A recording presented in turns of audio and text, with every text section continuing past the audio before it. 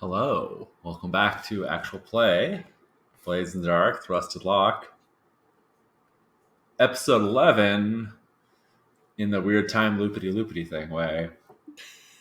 I remembered what the contract was, or at least part of it. Oh, nice. Good job. Yeah, of course, as soon as I hit the break, I was like, damn it, now I remember it. I promised to get her out of the Spirit Wardens. That was my promise. Oh, that is a huge promise. I'll make dumb promises. Can't get out of the Spirit Wardens. That's not how it works. Oh, Yeah, I promised to set her free. And so, anywho, if you're hearing this because you're on YouTube and you're like, what? Think about our recap from episode 9.5 that was before 10. But if you're with us on Twitch, then you're following along. But yes, I could not remember until just now. Yeah, this is a super dumb promise. But I was like, I'm going to get you out. I don't know how that is enforceable, like in terms of like, how do you know when I failed? But I know her side is enforceable, which is that she can't betray us to Spirit Wardens. She's got to keep a secret.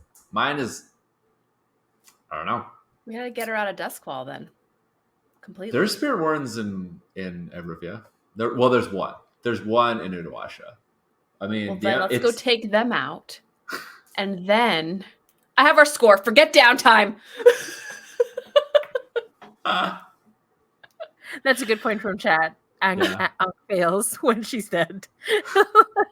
And the That is a good contract will point. assert itself. Yep. Yeah, exactly. Yep. Mm-hmm. Yep. Failure dead. We are Ryan. We're Dennis. We're not doing character. Yeah, we're doing character reviews. We're doing a recap of a lost episode. So Yeah. But now we're jumping in to downtime. So we should probably recap just briefly. I know we're recapping on a recap, but we should probably recap what happened on episode 10, since we're doing this little skipperoo time-wise thing with the Mhm. Timekeeper, because that was some good stuff. We went in not really knowing typical Blade style. We went in just being like, cool, we're just going to go in and figure out what's up with this Timekeeper, who is working for someone who is working for a former rival of Skurlock. Mm-hmm. And let's see, our rival's name, which we have in Lady Arabella. is Lady Arabella, yes, a rival of Skurlock, who once owned much of the territory that Skurlock now controls, has returned to Duskwall, or she has at least sent her agent, the Timekeeper. And we found him. Penance, you wanted to... Sorry. Kristen, you want to describe what happened when you encountered this creepy figure? Yeah, so we really did go in with no plan, right? We did everything through flashback, which worked out extremely well, especially because Ankh, when we first went in, had like a tube, almost like you carry a map in, like a round cylinder, like tube that we didn't know. You specifically said, we don't know what this is for. Yeah. So we went in and then kind of through flashbacks decided that we had previously like surveyed the location where we knew the Timekeeper would be doing this ritual, and that we had set up a contraption that Penance had made with some help that was like 4 lightning rods that would basically disrupt any ghost or ritual activity, occult activity. Turns out, thank goodness Ankh was so smart, she packed a ton of spirit bottles just in that round cylinder map case she was carrying. And then we saw the Timekeeper running the ritual, and they were horrifying. That's them. Yeah. If you're they were dragging around this little mini coffin thing. Yes. And they were sort of, all these people had ghosts kind of attached to them, and they were getting like pulled in. And so when the trigger was pulled again, because it's like because Sparkcraft tech is like, it's like could do amazing things, but it's still it's like pre-steampunk even, like it's metals and gears and cogs and electricity sparking, right? It's like Frankenstein tech, right? Mm-hmm. There was this plunger that Penance pressed, but it was like this long cable that like went all the way out like a rail car and around a ways, it's just this super long. If you were a kid in the 80s who had a telephone where you like dragged the whole phone through the house on the longest cord ever, you know what this is like. Yep. So she plugs it, and all the ghost field is super disrupted, and all the ghosts are like coming out of the bodies, and we have this moment, and we capture them in the spirit jars before they can get pulled into this coffin. Mm-hmm. But nevertheless, like there's something in the coffin, and this like black ichor ooze with too many feet starts coming out, and Penance has this moment where she like has another memory of Yeah. Yeah, because I remember we were running away, like we do sometimes, folks. Yeah. Sometimes we run away. Yeah. So we were running away since we pretty much had stopped this ritual from happening, but now we didn't know what the timekeeper was going to do, and I think we're both close to traumaing out. So we decided to leave, but of course, Penance being Penance decided to stay for just a beat, like in a movie when time really slows down, so only a couple of seconds have passed, but you get to see a few minutes of it. She wants to check out the timekeeper, and so I feel like, just a reminder, Penance almost always wears a plague mask. Anytime we've seen her without it, we say the camera's from the back, so we don't know what her face looks like.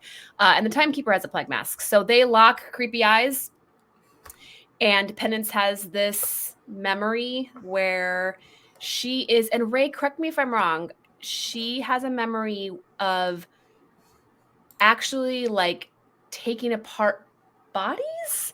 Is she doing that? Is she okay? Taking apart bodies in order to create the timekeeper. Create the timekeeper. And Ankh, seeing that Penance is taking too long to run and get the hell out of there, uses our Bound in Darkness to kind of hit the floor and yell Penance's name.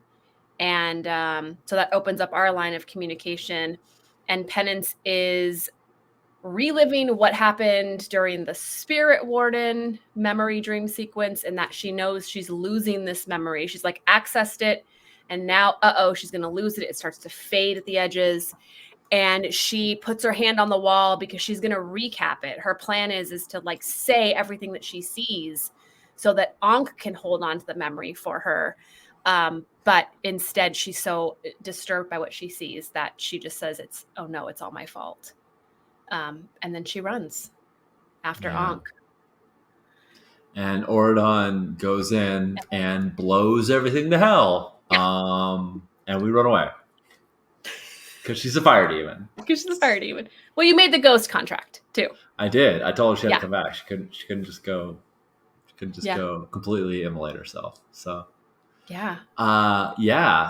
downtime and living's easy, unless Ray, and you've got entanglements. I wrote entanglements. Yes. Why does that not sound happy, right? So, okay, so this is what happens.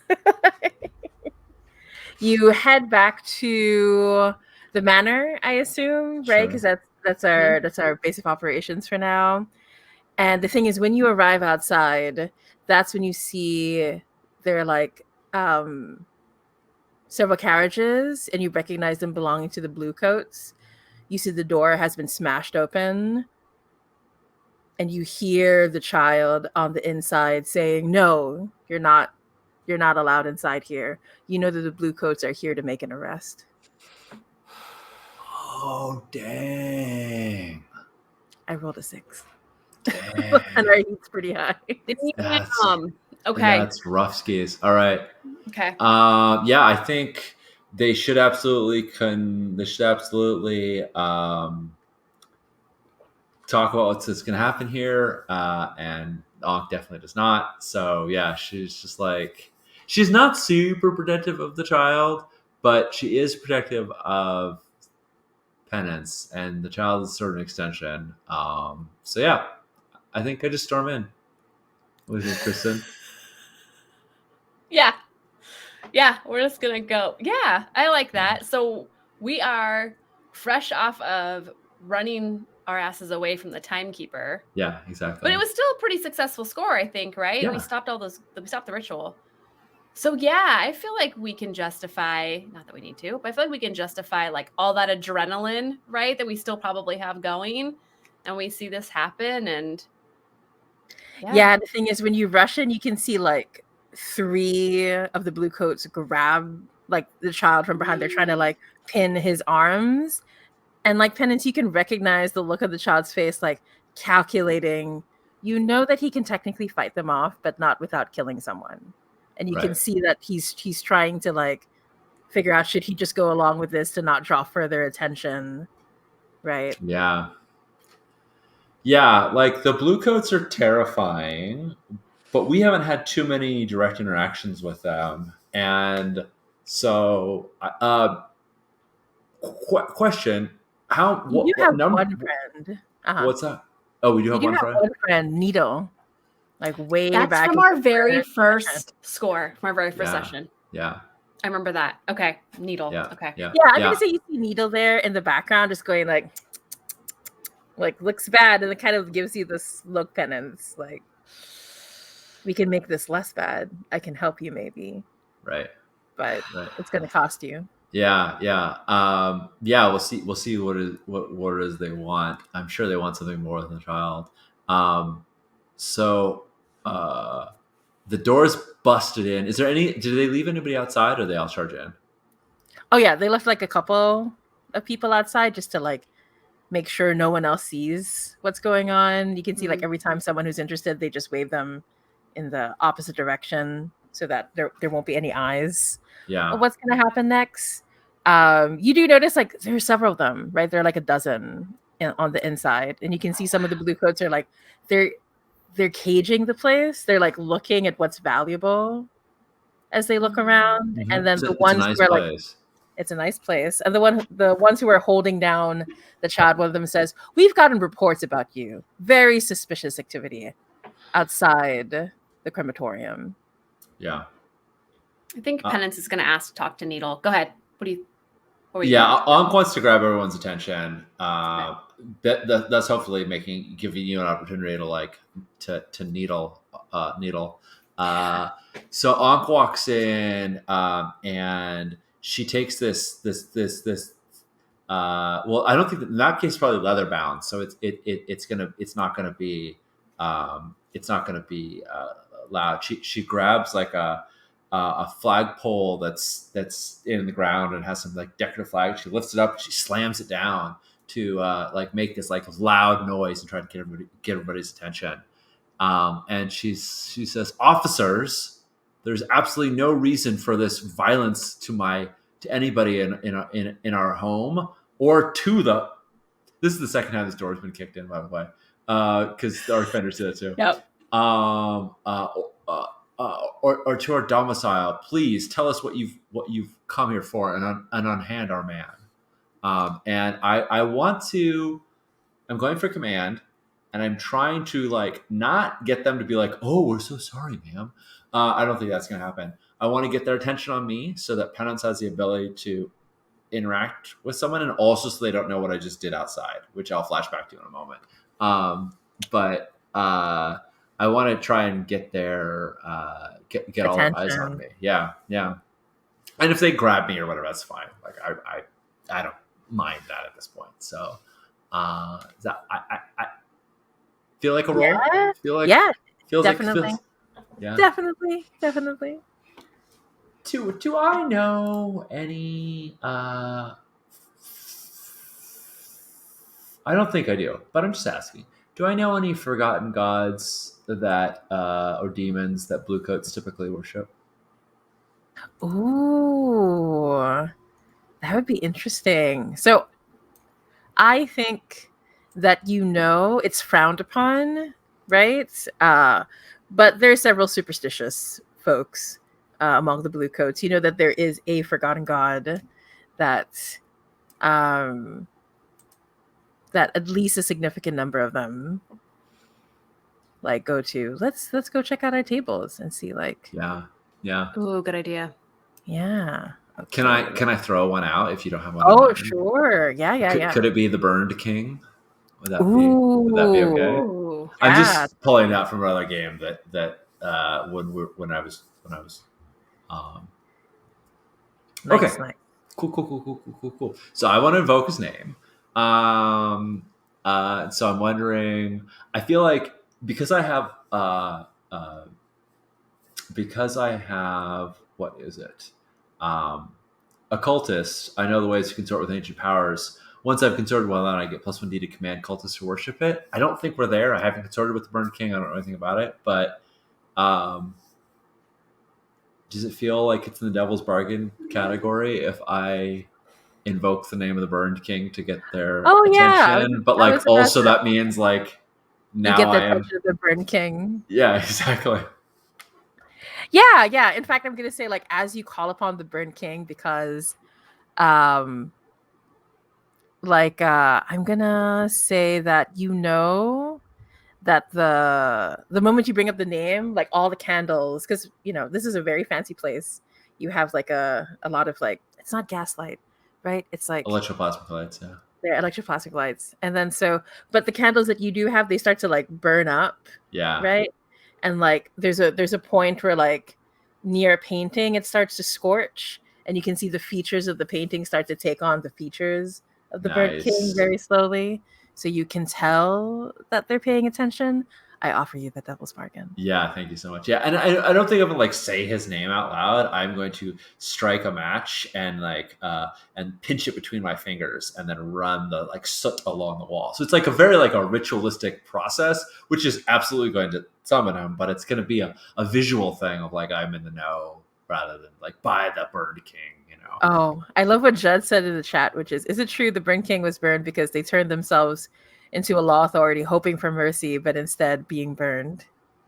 I think that that has to be true now. I feel like we see this quick flashback of that happening in the history of Duskfall before we come back to you in the suit.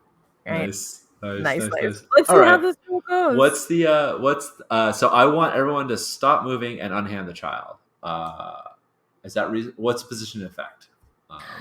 I'm gonna say we're desperate because you are outnumbered. Yeah. But I'm gonna say the effect is at least standard because you're bringing up the Burnt King, and I'm just gonna say great because we have that painting going on fire. I think people are gonna be scared shitless. Okay. So nice. If this works. So I desperate great. I'm yeah. here for it. Let's pull this up. Kristen, before I roll. Oh God, we have no stress. All right, cool. Never mind. I think if you assist me, you're going to trauma. Is that right? I have 1 stress to trauma. Yeah, same here. Okay, groovy. But we rushed in. I just want to remind us that we rushed into this. When I rolled for the rest, I was like, oh no. Yeah, I would have already offered to assist, except I'm 1 stress from trauma. Desperate great. I'm taking bonus die for the Devil's Bargain. And what's that look like? Looks like quit 4s. All right, I'll take it. I just need a 4 higher. That's still a success. Yeah. So I'm gonna say. So when you say, oh, sorry, go ahead. Ray, if the answer is like, cool, they turn their attention on you and arrest you, like I'm super fine. I love how you're always playing in hard mode. Yeah, I'm just saying, like, it's... Anywho. I think what happens is, so when you say that, you can see like several of the blue coats look a little like when people are nervous and they're trying to pretend that they're not scared. Yeah. Right. So you can see, but there are a few that get this very glazed look in their eyes when you mention the Burned King, and some of them start whispering among themselves. So the consequence I'm going to give you, oh gosh, I'm splitting the different Forge in the Dark games I'm running in my head. It's a severe consequence. It could be level 3 harm. No, because I'm like thinking, am I allowed to give social harm, or maybe this is just a consequence? Right. Anyway, so the consequence is that you have been recognized. Like those who follow the Burnt King have said that there's going to be an emissary that will make themselves known, and some of these blue coats are convinced that you are that emissary now. Oh, great. So the blue coats that are the confusion is now they think I'm the emissary of the Burnt King.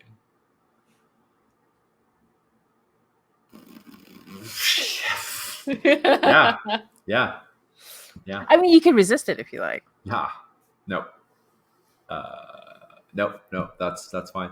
I'm sure I'll figure out Yeah. what the implications of that are later. But yeah. But yeah. So when that happens, you can see like one of the blue coats is about to move forward to arrest you, and then the one that has the weird glaze, one of those who have the weird glaze look in their eyes, they reach forward and they like grab the arm to the point where it's like needlessly violent, right? And says, no one's going to touch her. And then they all turn to look at you, and then the one who gets grabbed, he's a little uncomfortable, and he says, fine, just brushes off his clothes, and he says, we've come here under orders to arrest this man, right? And the thing is, like, he starts claiming that someone has that the spirit wardens put out this arrest, but the spirit wardens promised to not touch you. Yeah. Right. So and you can tell that he's lying. Yeah. Right. And he keeps nervously looking around, not nervously, greedily looking around at the very nice digs you have. Right. So he's obviously here just for money. Right. Yeah. But if he has to throw someone in jail in order to get it, he will do it. Yeah. Right. I think we should like pivot to like I'm sort of praising him, and I'm pulling like the map case off my shoulder, and like because I was gonna flash back and then realize I have no stress, so it's fine. Let's do it right now. That's all good. And I'm like unbuckling the map case and basically being like, I understand the paperwork that you need. That I understand that we have to follow strictures and paperwork, and if the spirit wardens have done it, then only a higher mandate could possibly revoke that. And I'm acting like I might have that in my thing, not just a bunch of feral spirits that I'm going to unleash on all these assholes. But Kristen, do you have an idea for you before we fall on this backup plan of feral ghosts? Feral ghosts. Feral ghosts. Yeah. I mean, now that I think all the attention, their attention's on me at this point. I feel like feral ghosts is a solid plan B. So I'm not opposed to it. I possibly have a flashback idea too, this is the best part about Blades, right? Because Sean, it's going to be interesting to see what our flashbacks are, since we don't know what each other is thinking. I think as soon as Ankh starts to take command of the room, Penance is very aware. She's seen Ankh do this before, right? The distraction. And so she's going to kind of not grab, but like gently guide Needle by his elbow into, and kind of cock her head to the side, like, let's go over here and talk, and just move him into another room or outside, whatever's closest, so that we can talk. Yeah, and so when you do that, like when you come closer to Needles, like you can see the greasy hair, the crooked smile, the knowing look. And Needle says, it's been a while, love. It seems like you and Ankh have been moving up in the world. Is the talk of the town. Oh, I don't know about moving up, but we're getting by, okay? And then he looks around at the really nice place. Getting by. Wish I had this same definition. But you haven't forgotten about your friends, have you? No, I would never forget about my friends. So do you need something? Are you a friend in need? Is that why you're here? Oh, well, and he starts scratching his palm. It's like he's being very unsubtle. But right. How about you just pay me the money? Right. And he's like, I could convince my other friends that we've got the wrong address, we got the wrong description. We can get an easier mark, maybe one that won't put up a fight. I could tell them how you and Ankh are little badasses, rich badasses. What's it gonna cost? And then he grins, for you, darling, just to make sure the blue coats stay off your tail for at least a while. Just 3 coin. What do we have? Huge. Hold on. It's ridiculous. Like, I'm going to put that out there. It's a ridiculous amount. It's a ridiculous amount. Okay. Yeah. What do we even have coin-wise? Sorry, break real quick. You have 1. I have 0. The crew has 8. So I mean, I'm can not paying negotiate. him. We will Yeah. unleash feral ghosts before we will pay the coin. I am fine if you want to pay. Like, if you want to like have this problem go away and pay him. It won't make Onk sad. But I am gonna definitely mess with this one guy that is like super greedy. Like Yeah, mess with him for sure. I think so. Penance knows this is ridiculous, right? So I think that she scoffs at him like, 3 coin. I'll give you 1. Hardball. And then like there's a moment where he like pauses. I mean, you don't have to share any with all the friends you brought. This is just for you. And then he goes, 1 coin can get pretty far, but... And then like he leans over real close for a moment. Is it true that no one's seen anything under your mask, little girl? All right, Needle's on my list. God, Penance would for sure use her. If he didn't have friends with him right now, I just need to say that she would use that venomous. Yeah. Because he's so close to her. Just breathe on him. I would just lift it and be like, but okay, no, we're not going to do that because he has a dozen friends with him and the hollow's at stake. I think that she... Yeah. So I think that she says, yes, it's true. No one has seen under my mask. And you won't be seen under it today either. But you can see the outside again if you take my 1 coin and leave my home. And then he goes, oh, little sensitive. Maybe too pretty for me to see, he says with a grin. I'm sure Duskclaw has left its mark on you. But I'll take the 1 coin. I'm a good friend. After all, I can be reasoned with. Mm-hmm. But yeah, so what I propose is that he'll take the 1 coin, but we're going to click the clock twice for Needle's Wrath. Ooh, okay. But you won't have to roll for it. He just takes it. Okay. Thank you. I'll take it. I will adjust this clock up. Bump. It's got 3 ticks on it now. Okay. Nice. But yeah, so when you hand over the coin, he says, pleasure doing business with you, my love. Oh, yes. Pleasure as always. And I think that in a way only Penance can, she gives a sarcastic like curtsy. Nice. Super formal, but she's being an ass about it.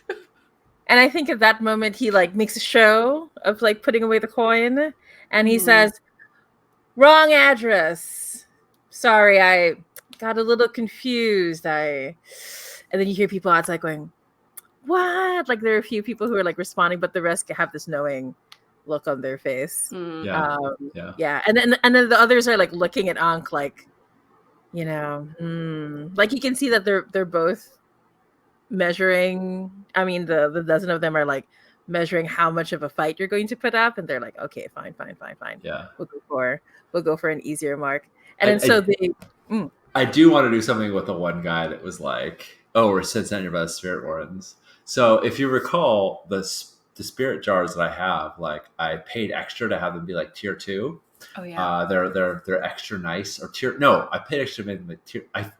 Maybe tier 3 or 4. Like I wanted to make sure that they are adequate for containing these dangerous ghosts and whatnot. So in my mind, part of the benefit of being higher tier is that it's reasonable for me to say like these jars have this like sort of gold filigree, and they're made of this semi-opaque crystal that looks really fancy. And so like I pull one of them out and I'm like, oh yes, I do have something for Spirit Wardens. This is a delivery that should go directly into their hands. And I put it into the hands of the of the guy. And I say, absolutely make sure that only they receive it. We wouldn't want anyone else to uncover this valuable we won't want anyone else to uncover this valuable gem. I'm just hoping he's gonna go outside and open it up and be like, what did I get? And then get a ghost in his face. Or he brings the spirit wardens and they're like, what the fuck are you doing with this ghost? Either way is bad in my opinion. So I just want to convince him to take it, and then he can do with it whatever he wants when he gets outside the house. And I'm gonna try and sway him into like taking this as payment. Like this is this nice quality spirit jar, and maybe he knows what one looks like, and maybe he knows better than to open it, or maybe he doesn't. I don't know. What do you think, Ray? Yeah. I think it's totally Possible. reasonable. Awesome. Totally. Feels like it's less risky now. Feels like everything's calmed down a bit. Yeah. It feels like risky standard right now. Cool. Let's take a look. Sway. Risky standard.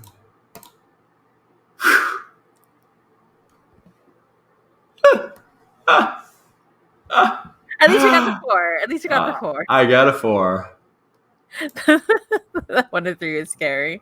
Yeah. So he looks at it for a moment, and then there's like one of the blue coats. There's like a femme who goes like gives him this look. Like the two of them, seem to have come to an understanding, and he goes, "Very well.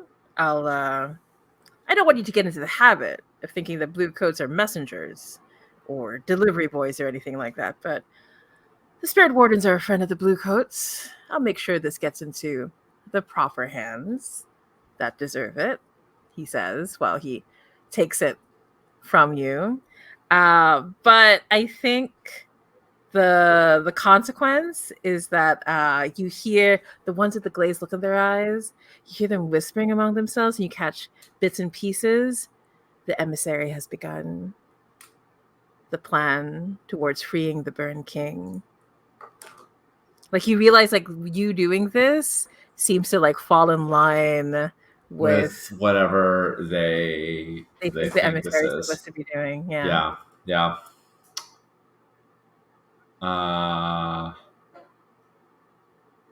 Yeah, that sounds real bad. Kristen, tell me how you feel about this. I'm a little bit tempted to just be like, there's like a bunch of them in here, and I have 10 of these jars. I'm a little bit tempted to be like, cool, and like as they're leaving, and 1 for you, and 1 for you, and 1 for you, and 1 for you. Like some part of me just wants to be like, let the world burn. Like it seems like a real bad idea, but I also just sort of, I love it. yeah. Well, what if you keep 1? The one with Julia in it. The one with Julia in it. Yes. You won't give that one away because Penance wouldn't want you to give that one away. Fair. Is my thought. You can do whatever you want as Ankh. Fair. Are there 9 blue coats in this room? You said there was a bunch, right? So that seems reasonable. Yeah. There's definitely a moment where I pull out Julia's. I'm like, nope, not that one, and this one for you, and so yeah, it's like it's like when people leave a party and they get the party favors at the end. Like, here, take this little gift home. Like each of them get one. If they're smart, they will not do anything with it. But who knows? Cool. Yeah, I didn't want those spirits anyway. I mean, they would have just gathered dust. I wasn't going to let them out. But now maybe someone foolishly will. And it'll be their problem. Well, I don't know. I'm now emissary of the Burned King. It might be my problem, but true enough.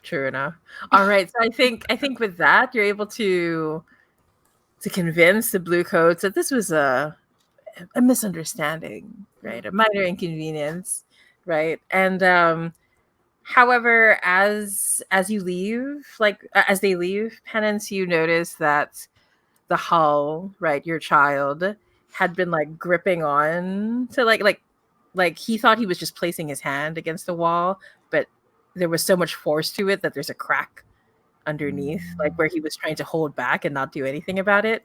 And as soon as they leave, he like comes up to you and he says, "Mother, are you all right? Did they do anything to you? I heard what that." And you realize like he could hear what Needle is saying. Right? Oh. Yeah, I think Penance just like yeah, I think she like has a little bit of a tender moment because that would be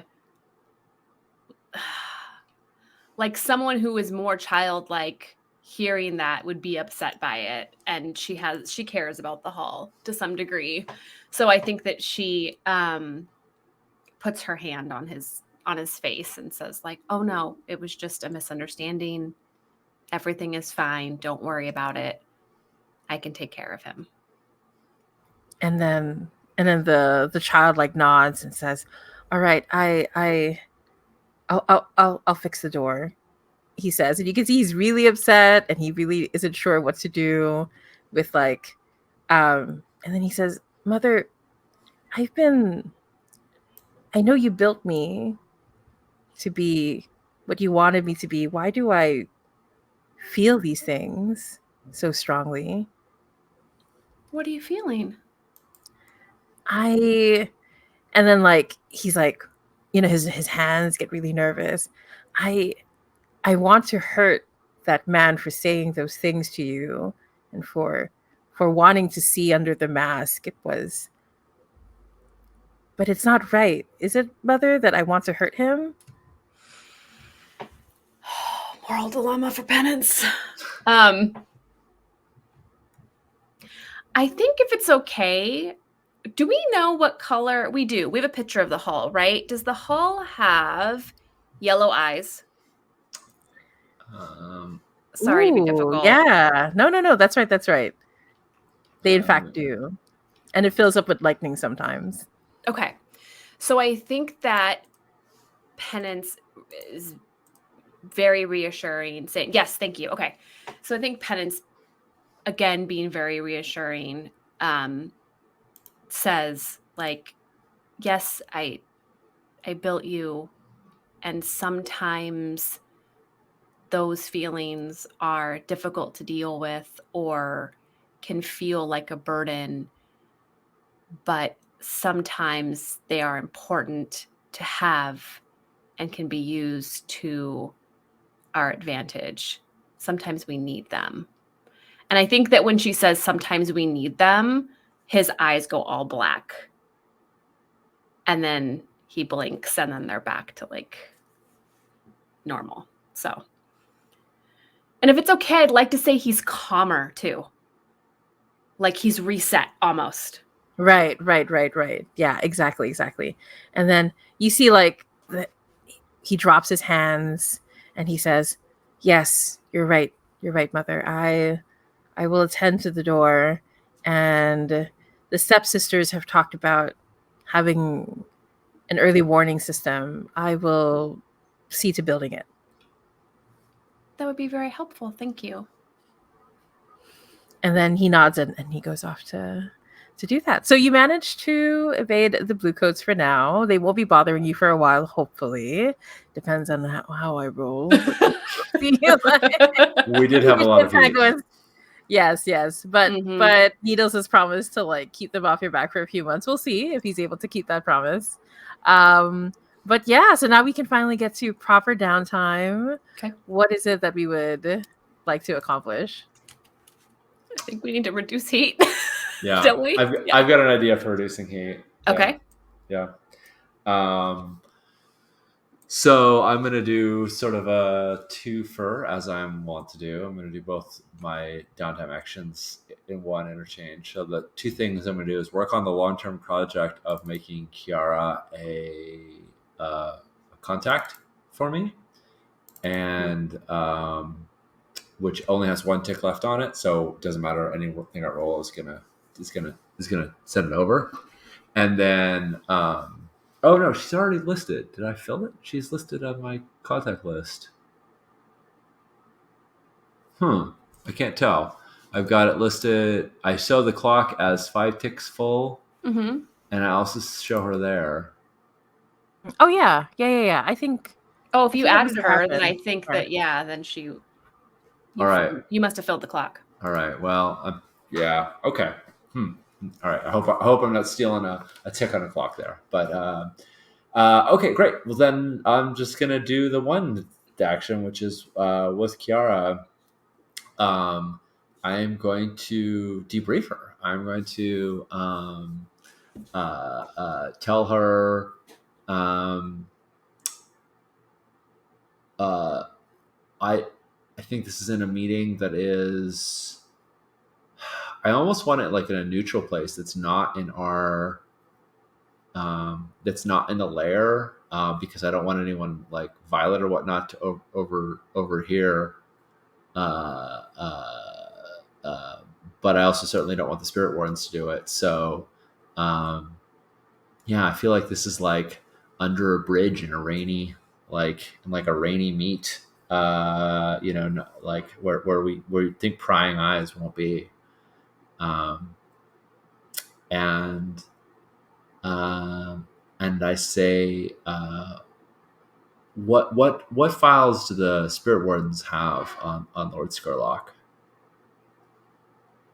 And Kiara responds with, officially, there are no files, but unofficially, we're aware of Skurlock's movements and his interesting past, but he's been laying low for the last few years, so we've come to an agreement.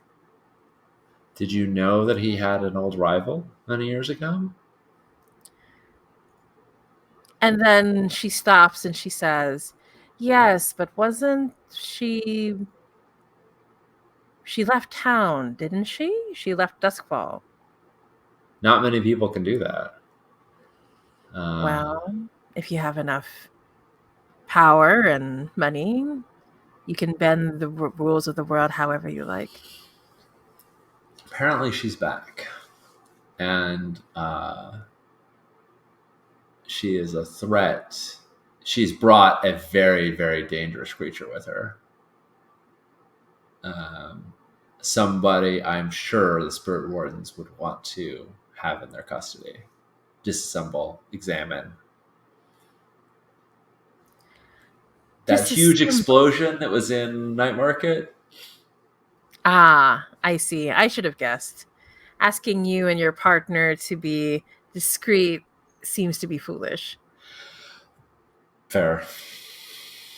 You're right. And I go from like very like business formal to like much more personal, and I'm like, you're right. I've never been good at subtlety, and I like put my hand on her shoulder or put my hand on her wrist, maybe on her hand. I need to make sure we got visited by the Bluecoats because they thought they could shake us down, but I need to make sure that we can continue we can keep up our end of the bargain with your bosses, and I can't do that if I have Bluecoats breathing down my throats. So I need the spirit wardens to say that was sanctioned, that was part of their investigation, that is something that's under their domain, and not give the Bluecoats any reason to keep pestering up, keep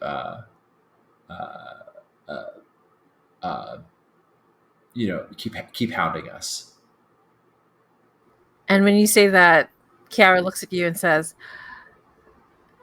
I'm sure that this is going to pay off at some point. This partnership between the spirit wardens and your lovely crew, but you do seem to ask for an awful lot, and I don't know what I'm getting out of this, she says, moving closer. Pulling, like, the hand that's on her wrist, like she uses it to pull you close. Yeah. And I say, well, I think this is a long-term investment that you're making, watching this, planting a seed and watching it grow.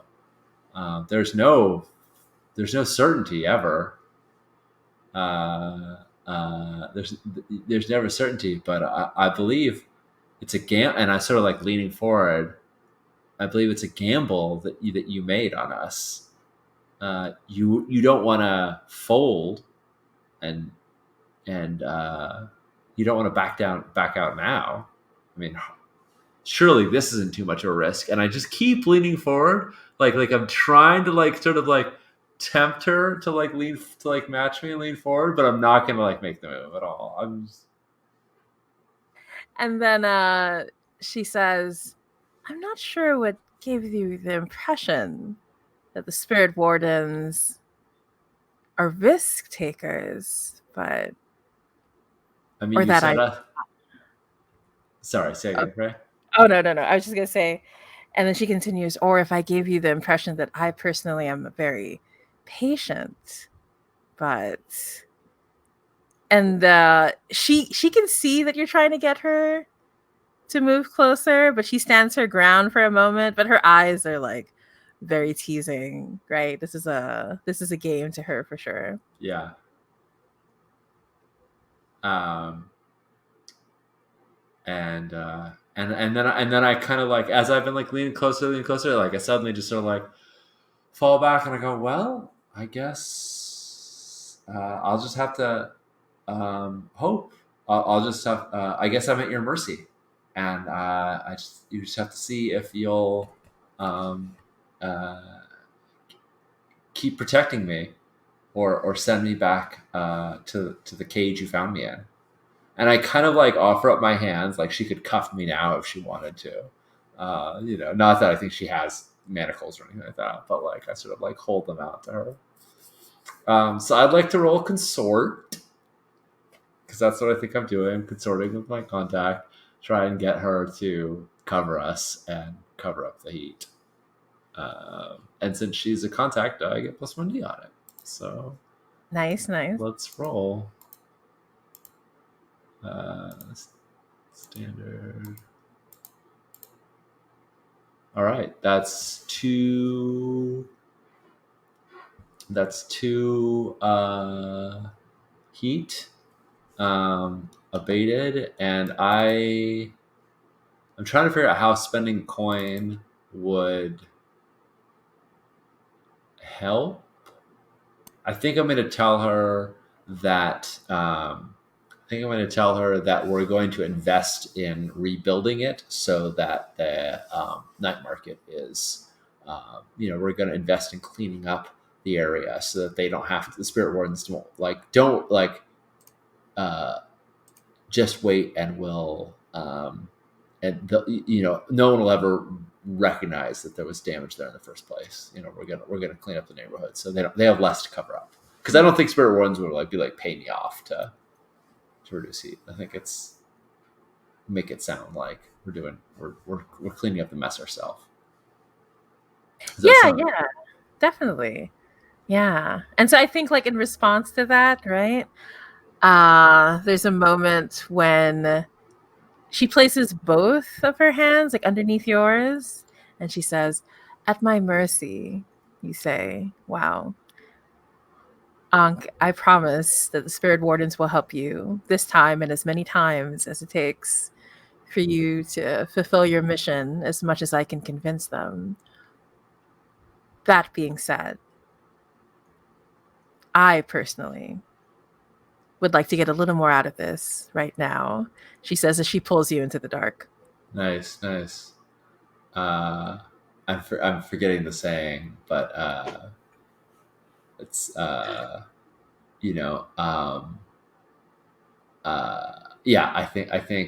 think Ankh is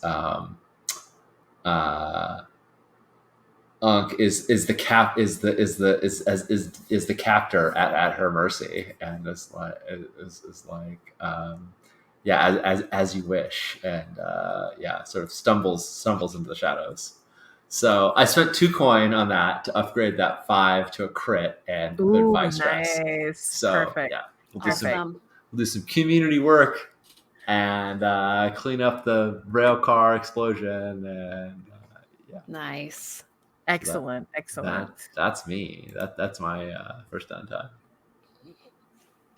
Penance is like, this disaster left me. I know. I'm always like having my snack, like watching these. Like, We're gonna make out. Who's on flirting? Who's on flirting with that to try and get out of trouble? It's perfect. Perfect. I mean, it all lined up. It made total sense. It did make total sense. So I felt, yeah. Okay, thanks for reducing heat for us. Yeah, no problem. We needed it. Does the Our crew heat- need anything else? I don't Heat's think so. usually the main thing, right? Yeah, So yeah. okay. No. You have a long-term project you wanted to work on, right? I do. I also need to reduce stress, or I'm going to trauma out the second we do anything.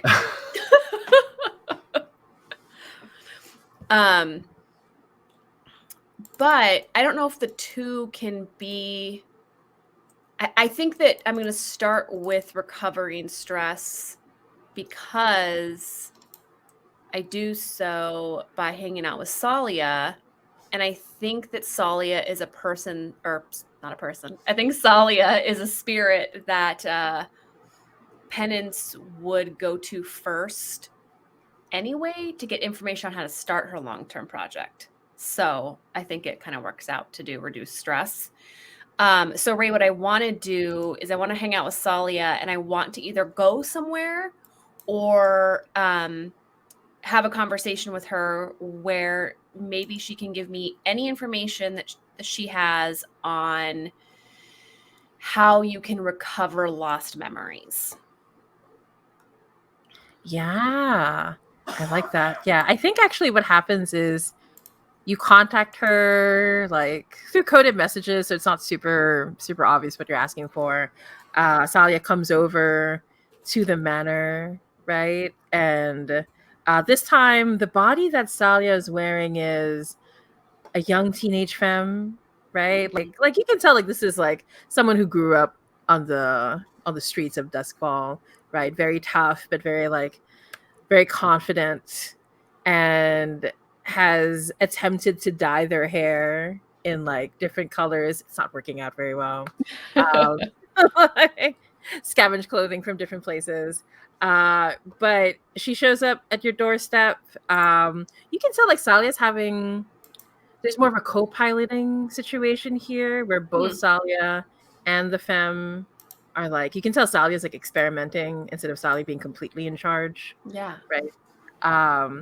And so when Salia comes in, they say, well, I'm going to have to take a look, right? See the extent of, and then like there's a moment where Salia pauses and Salia says, no, I don't want to say damage. That's not the right word to use, right? Like you can see Sally's like talking to the, it's like, no, there's a different word. No, we're not supposed to scare. Will you? So Penance, if you could take a seat, we'll get started.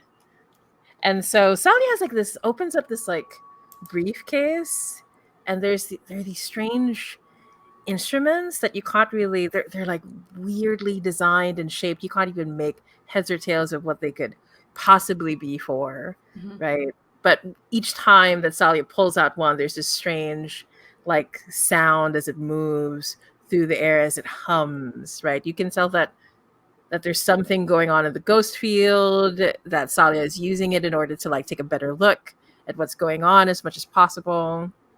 But yeah, and then so I'm gonna say like this is also Indulge Vice because like you're learning from this experience. Like Salia is like guiding you through it and telling you what each tool does, right? Oh, nice. Okay. Yeah. So let's see that Indulge Vice roll. Okay.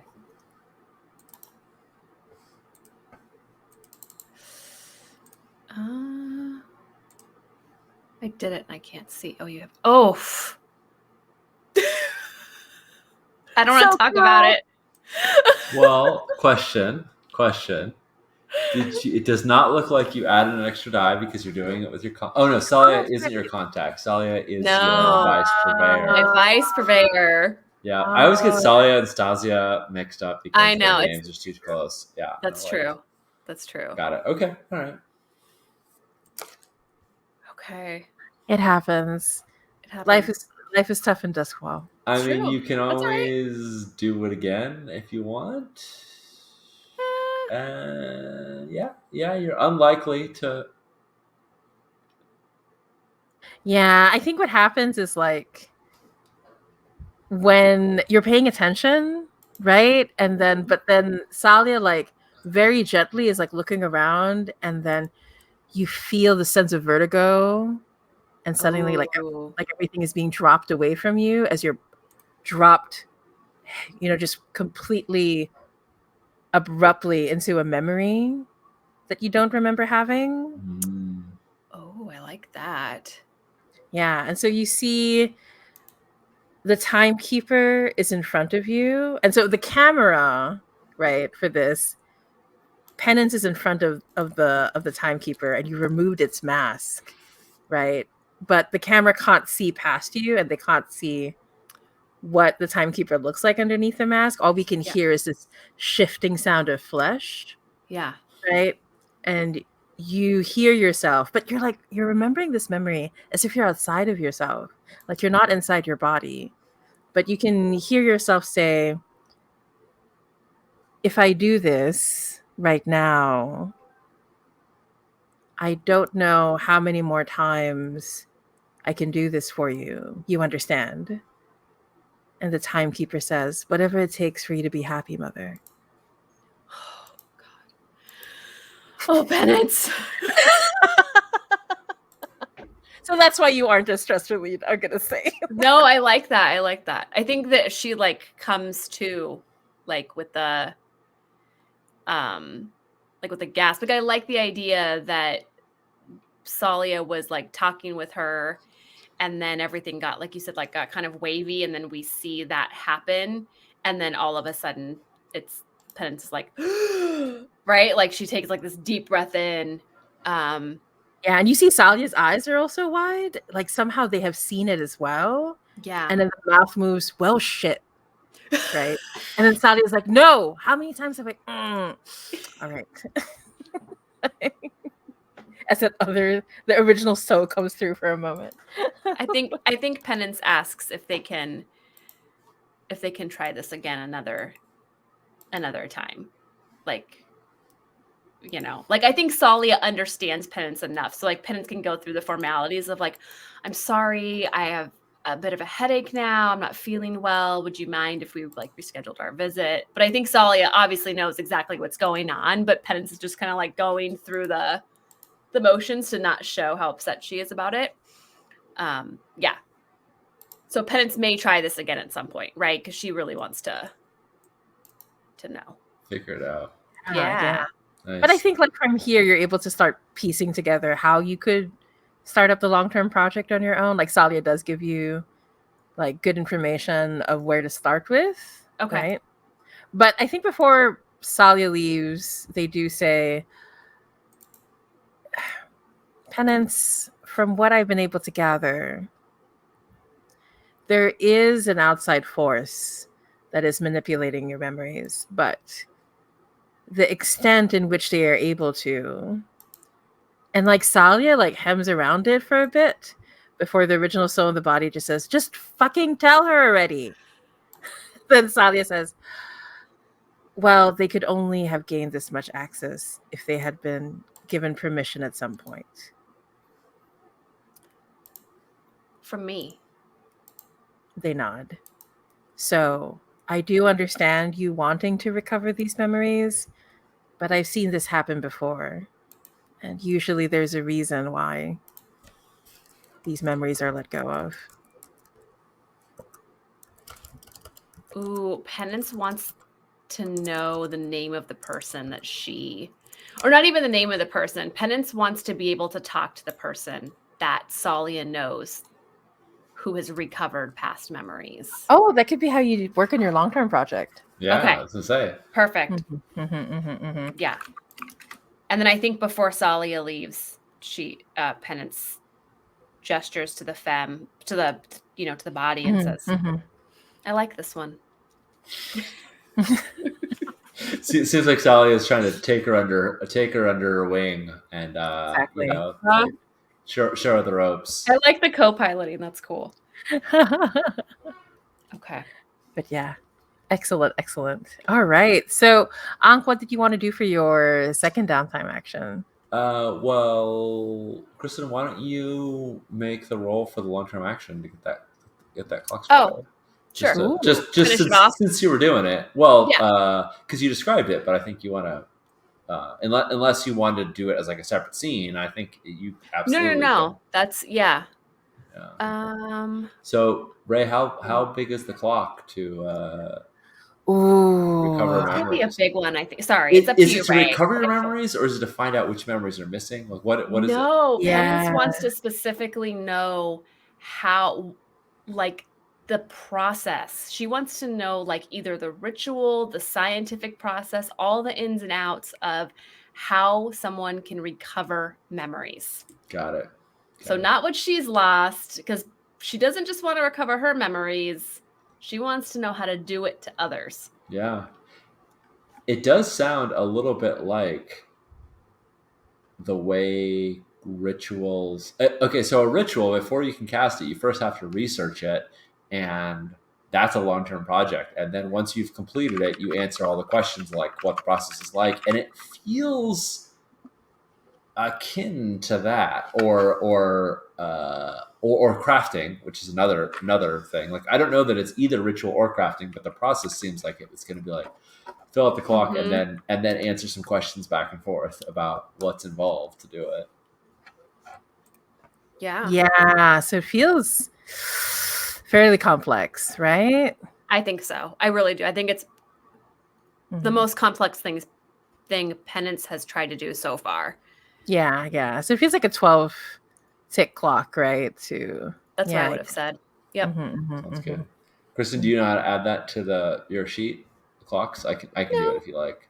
Could you, Sean? Yeah, absolutely. Thank you.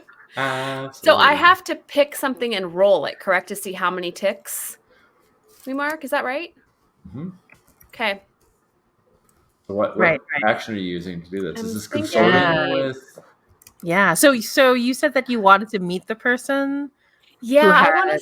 Yeah, so I don't know if I'd be rolling to see if I can get Salia to give me that information, or if I would be rolling to see if the person that I'm going to end up talking to. We don't have to play that out, but if Mhm, they're going to give me any information. mhm. But Oh I yeah. ju- You know me. I'm an NPC pinata. We have a I know picture you already are. of Of the course you NPC. do. You're amazing, Ray. Love it, love it, love it. But yeah, so you get an address, right? Like Salia like hands it over to you, and then Salia says, just be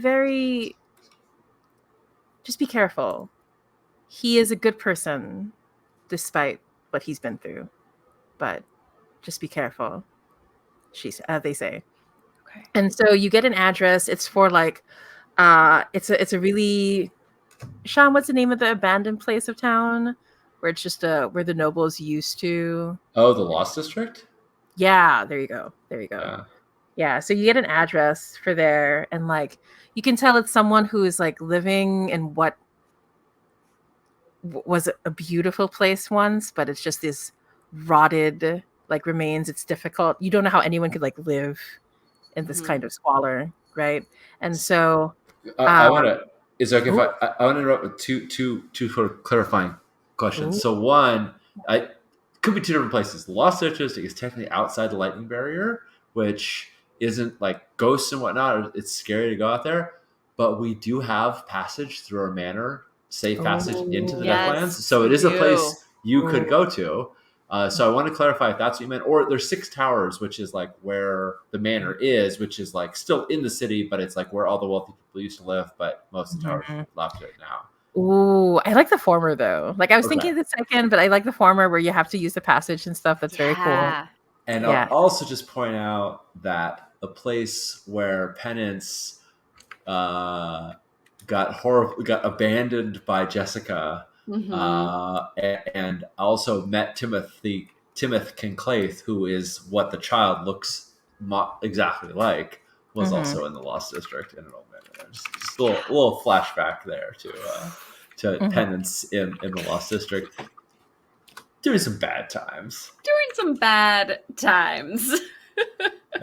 And we haven't described how the manor gives us safe access into the Deathlands. So I don't know if that's something you want to describe or delve into. Like you could just say you walk into a door and next thing we know you're in a manor. But I don't know if you want to elaborate on it, right? Or Kristen, I'm super. Yeah, I kind of like the idea that we leave it kind of mysterious for now. Like we see Penance go into the basement, right? And then we just see like the stepsisters just tell Penance, we prepared everything that you need for the Mhm. journey, right? And then we just don't see what that looks like. You just end up on the other side in the Yeah. Deathland.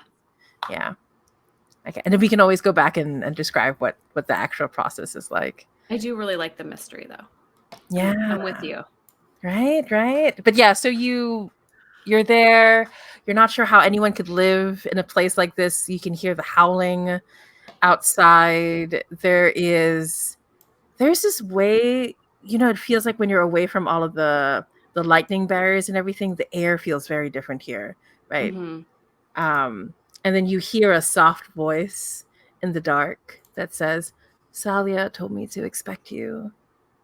And they're in the shadows for a while, and so you can only see these two pinpricks of light before they finally like step out of the dark, and you can Mm. see it's someone who has been truly ravaged. Like you can tell that they have been tortured. Oh. I can't believe you I mean, I can 100% believe you found that picture already. But Oh yeah, my Pinterest boards. I know. I don't one day I'll stop being surprised. It's being impressed, really. But yeah, Um, but you can feel it like just coming off of him in Mhm. waves, like what he's been through. And but his eyes are very kind, and he says, my name is Rashev, and I heard that you go by Penance. Is that right? Yes, it's very nice to meet you, Rashev. Thank you for letting me come to your home. I just wanted to ask you a few questions, if that's okay. Of course, Salia told me what you would need. I have prepared my notes as best as I can, but I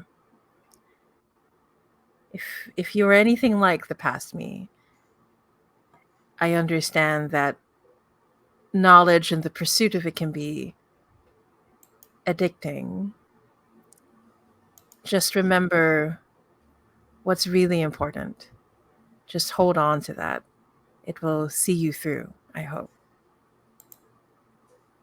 But yeah, so he gives you access. Like this is you can tell like there are parts of the library that are crumbling. This used to be like this huge mansion, but he's done his best to like take care of the little bits that he can. So there's this one area of the library where he's tried to keep everything like in as best condition as possible, and his notes are laid out, and you can see like in the margins, like you can see bits and pieces.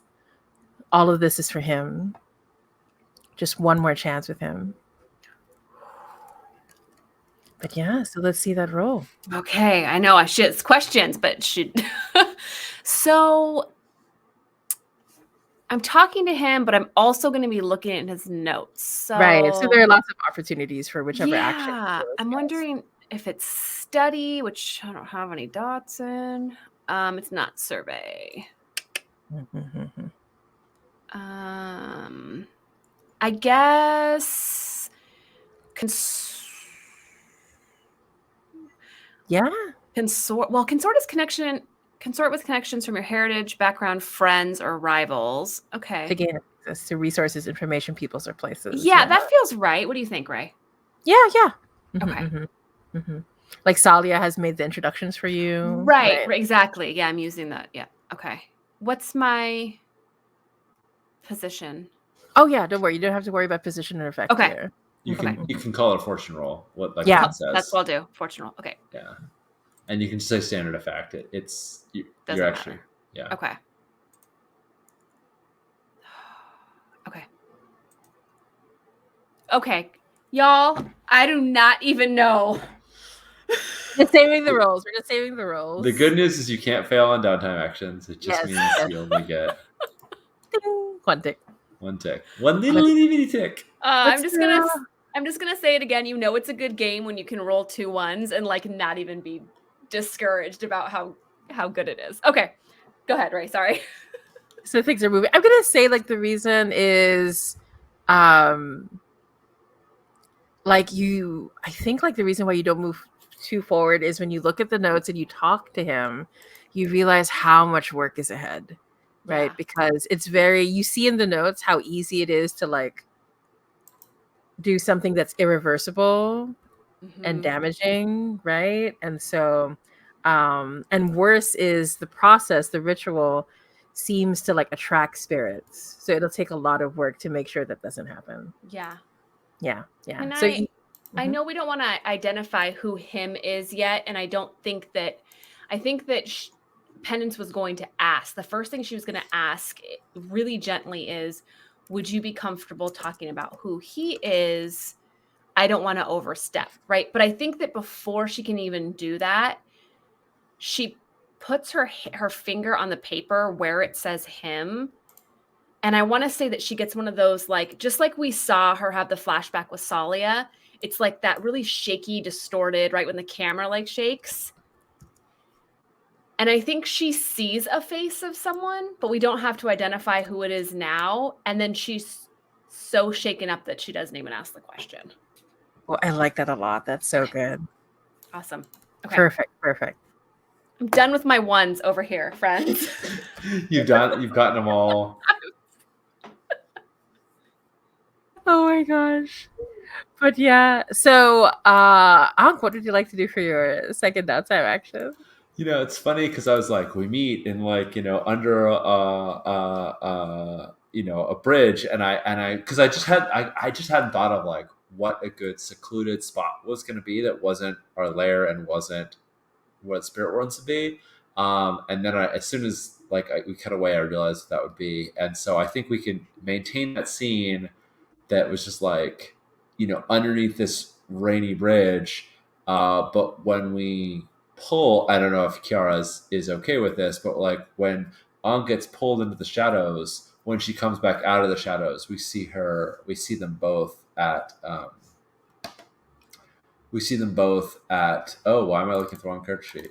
At Jewel Bird and Shine, on Catcrawl Alley, where all sorts of various wafting of smoke is cruising through the air, and I think there's a quick check to make sure that her aunt Nyrix isn't there, and then, or maybe not. Maybe she's stressed out enough that she doesn't have time to check, and I think she's like, I have seen things I did not want to see. I am going to do my best to unsee them now. Care to join me? And is going to go cloud her mind a little bit because it's been a little too sharp, a little too in focus in a bit. And yeah, I think the thing with Ordon is really hurting her. I think she's really she felt like Ordon was just like willing to sacrifice herself, and um, that felt really bad, and I can't quite identify why. And instead of trying to go through the various self work, the various work to figure out where that feeling was come from, she just wants to completely sedate it. Why understand feelings and not just obliterate them? So yeah, that's Totally healthy, absolutely. yeah, no, not at all. So very, but yeah, Unk really doesn't want to feel. She doesn't want to feel like other people can pull on her heartstrings. Like if she decides she wants to, um, if she decides she wants to um, care about somebody, she wants it always on her terms, and Unk doesn't like it when other people sacrifice themselves for her or offer to. It feels like, yeah. Anyway, I think she cares about Ordon. She doesn't want to admit it to herself. She wants to just pretend like it's just fun times. So yeah, this is her forgetting about another lover in the hands of a new one. Forgetting about a past love in the arms of a new one, maybe. Is this the kind of thing that Kiara wants to join her in? She absolutely does not have to, but absolutely. Kiara does not mind being the most important thing to help you forget something else right now. Yeah. All right, I'm gonna go ahead and indulge Vice, and I'm getting a bonus die because Kara's there.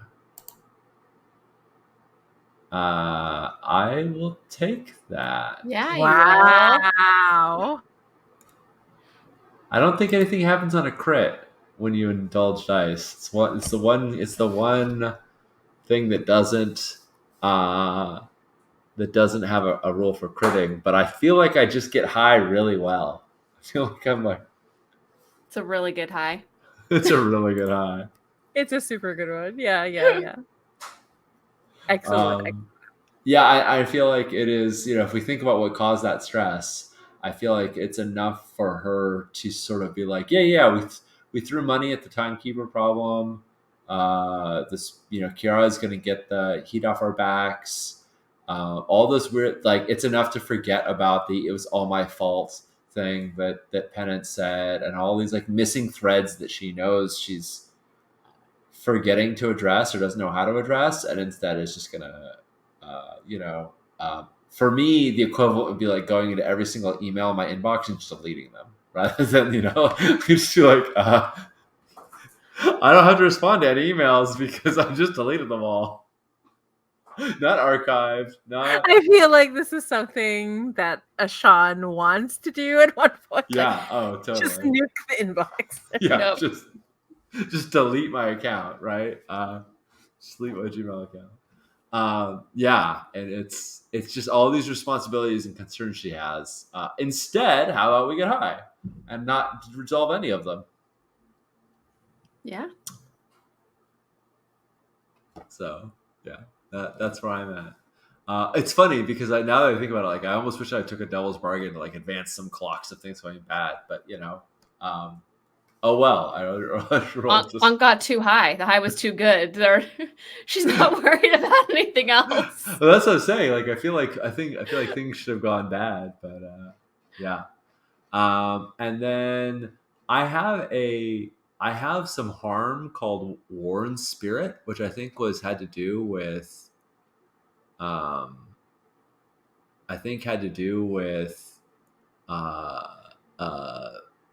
a bad ghostly encounter.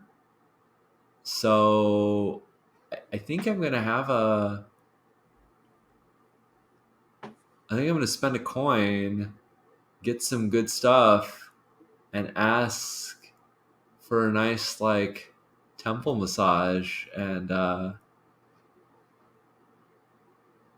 reinvigoration of my Worn Spirit, as it were, from like at the hands of someone who's prepared for this. I mean, this is the nice thing about working with a spirit warden. They have lots of training in lots of different ways. I'm sure she knows how to help people who have had bad possessions and soothe their aching pains. Does that feel legit, right? True. In fact, I think it's Kiara who like recognizes it and makes a suggestion, and says, I have better materials that would help you with that back at my place. But we're here now. Well, I suppose we could do it here now. I mean, both? And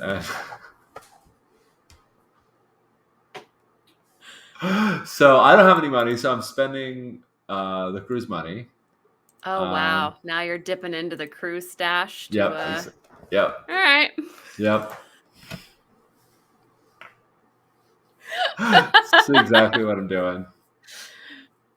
I also dipped into the cruise stash to do that whole like I'll clean up the heat removal, which feels more legit. It's less. Oh, that should come from the cruise. But I don't care. I just spend the cruise money like it's mine.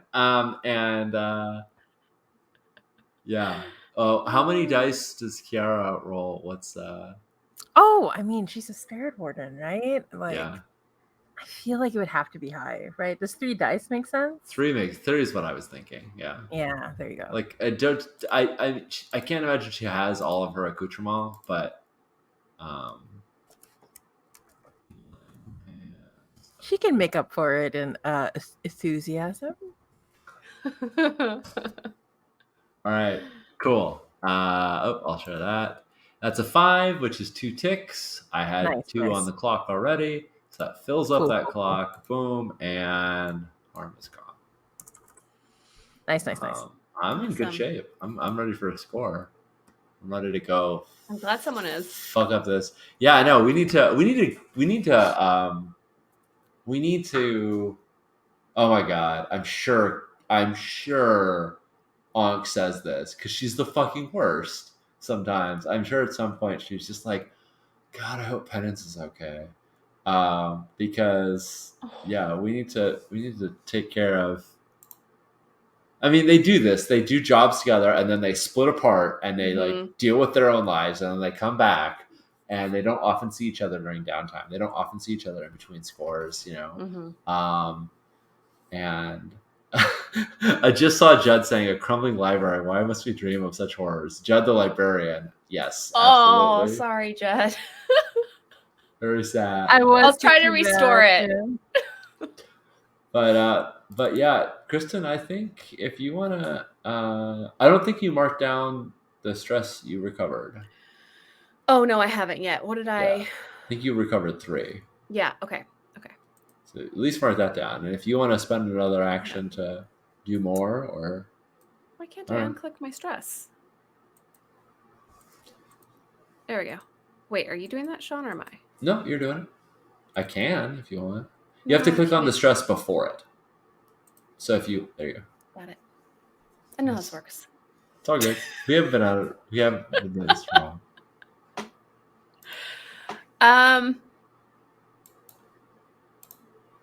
Yeah, it's still 5. It's still so much stress. So much stress. It's so much stress to go into another score. Your face. You're like, it's so much stress. So if I wanted to try and recover more stress, can you try to recover stress twice? Oh yeah, totally. So I've already taken 2 downtime actions, so I'd have to spend coin. That's right. Or rep, which you can. Let me look at our rep.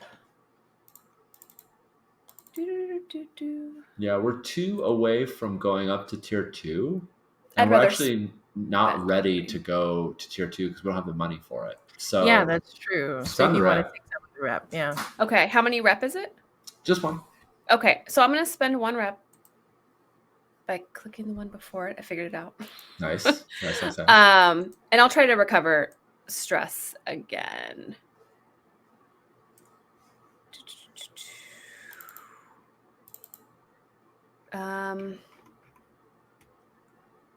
Should I just roll for it, or should we talk about it more, Ray? What do you think?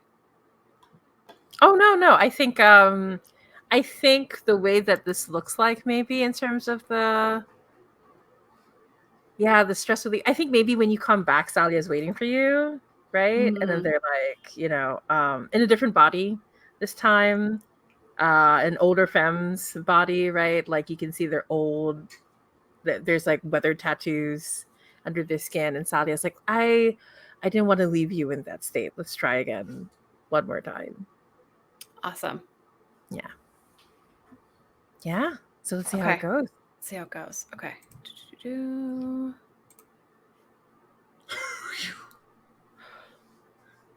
I think that's exactly perfect. Exactly. Oh my God. I was exactly like staring at the screen like, please. Wow. Worth it to spend that rep.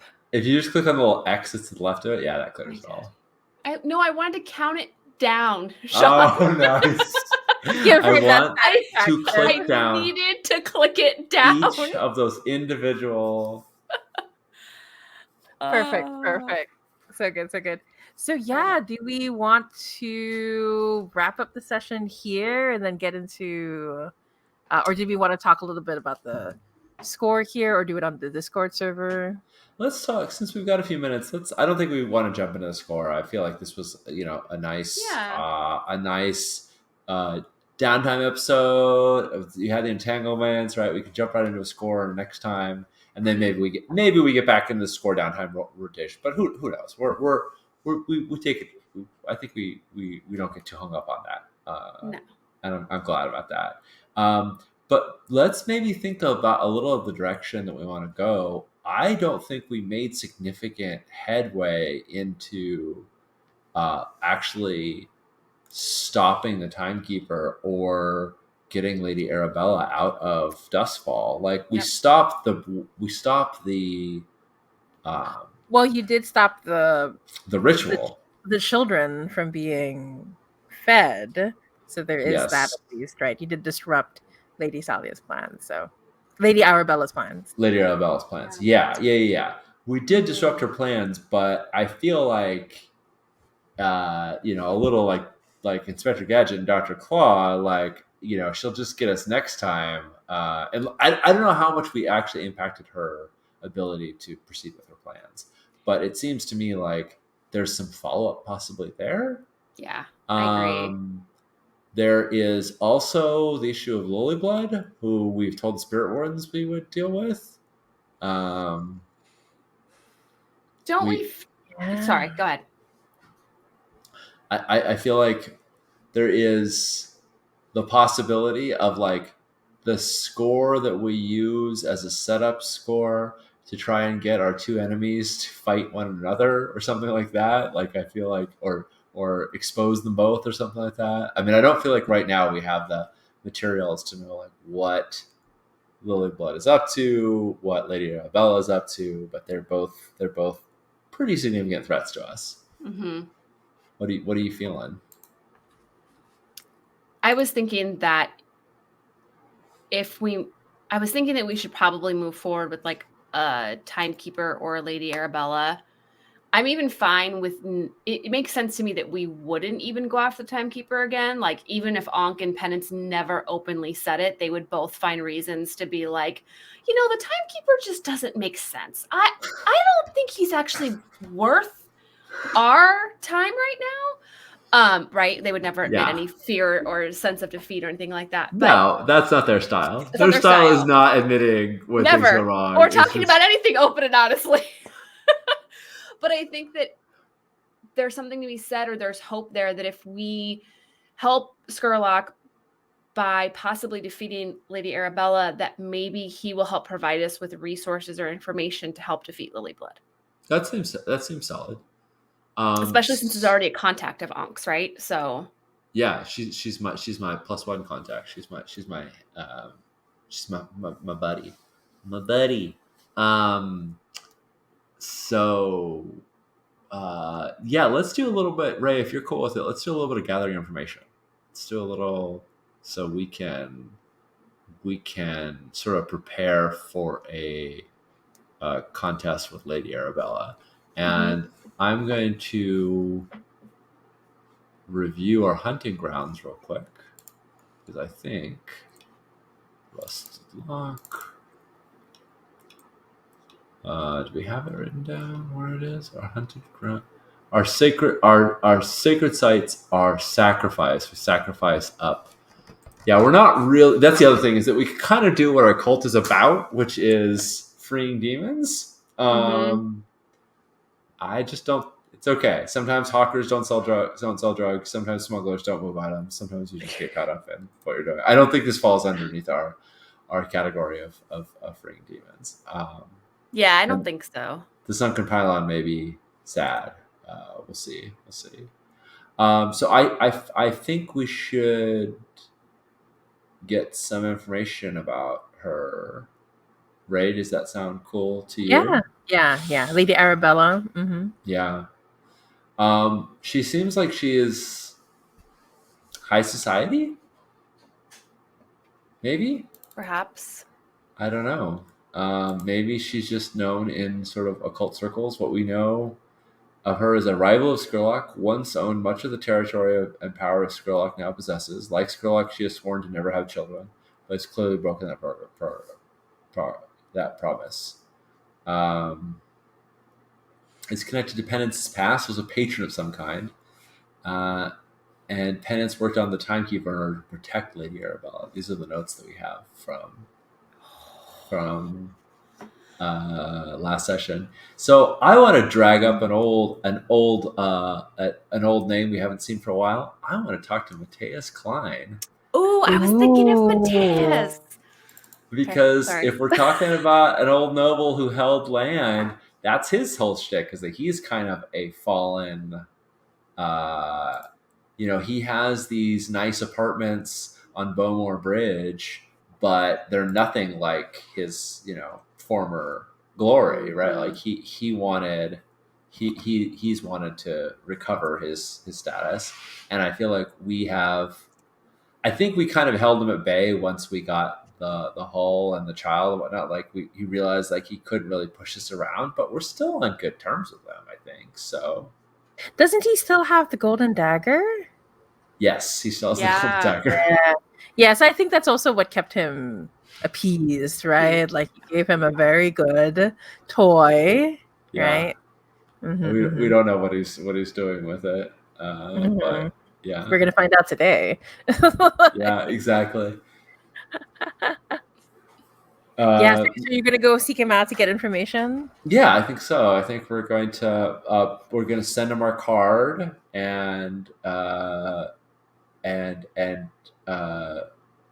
let him know that we'll pay him a visit and then arrive at his apartments, which is where he normally likes to show off, right? He has all of his like ritual occult shit that is mostly fake, but every once in a while there's some stuff that's real. And he sometimes doesn't know the difference, right? He doesn't Yeah. always know. he doesn't always know. Yeah, and the thing is, when you get there, you're immediately struck by how so little is left. And when you take stock, you realize he got rid of all of the fake ones. Like now he is able to clearly discern which one is which.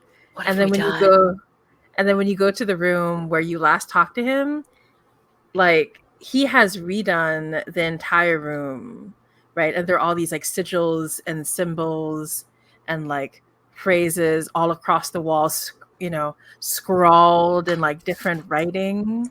And you can tell he's made it into this huge way for him to like commune with beings. It's like stepping into an Ouija board, basically. Yeah. Right. And then so you see him. I think I get a headache the moment I walk in the room. Oh, I mean, yeah. I always have a headache, but I feel like it's just like, just like wince the moment I go in there. Just as like feel the ghost field pulsing. And then when you see him, he's like, he's usually so impeccably dressed, like in a complete suit and everything, but he's wearing like these robes instead, right? And he doesn't even look at you. He's like placing his hands across the walls, and he says, "Yes, yes, I know they're here." And Ankh, you can hear things whispering back to him, and he says, "Yes, yes, just yes, yes." And then he turns around, "Ankh, Penance, what can I do for you?" And his eyes have this very unnerving sheen of gold about them. Great. So when we were walking in, Ankh was like, "Okay, just remember we got to flatter him. We got to ask him about all his things." Like Ankh had that total approach in mind when we were walking in. And as soon as she sees him, she's like, "You have an enemy that we need to warn you of." Like total different tactic. It is a very serious enemy. She's come to Dustfall. She's returned to Dustfall to claim something. And I believe she wants what you keep. I believe she wants what you hold most precious. You may know of her, and I'm just completely like brand new tactic. He's deep in the shit now, but he's still gullible. I mean, he can still be fooled into thinking like I still gonna trust he can be fooled. Right. So the moment you say that, like he turns and he's about to respond like in the way that you expect him to, and then you hear the whispering behind him reach this fever pitch, and he stops and he looks at you and he says, "Ah, I see what is happening. Of course, Ankh. Well, there is enough truth, perhaps a grain of it enough, for me to be interested." And you can tell he can completely see through your lies. He can't see through. Exactly, but he can't see through my lies. Someone else can see through my lies. Yeah, but you can still try to get information. So let's see how that roll goes.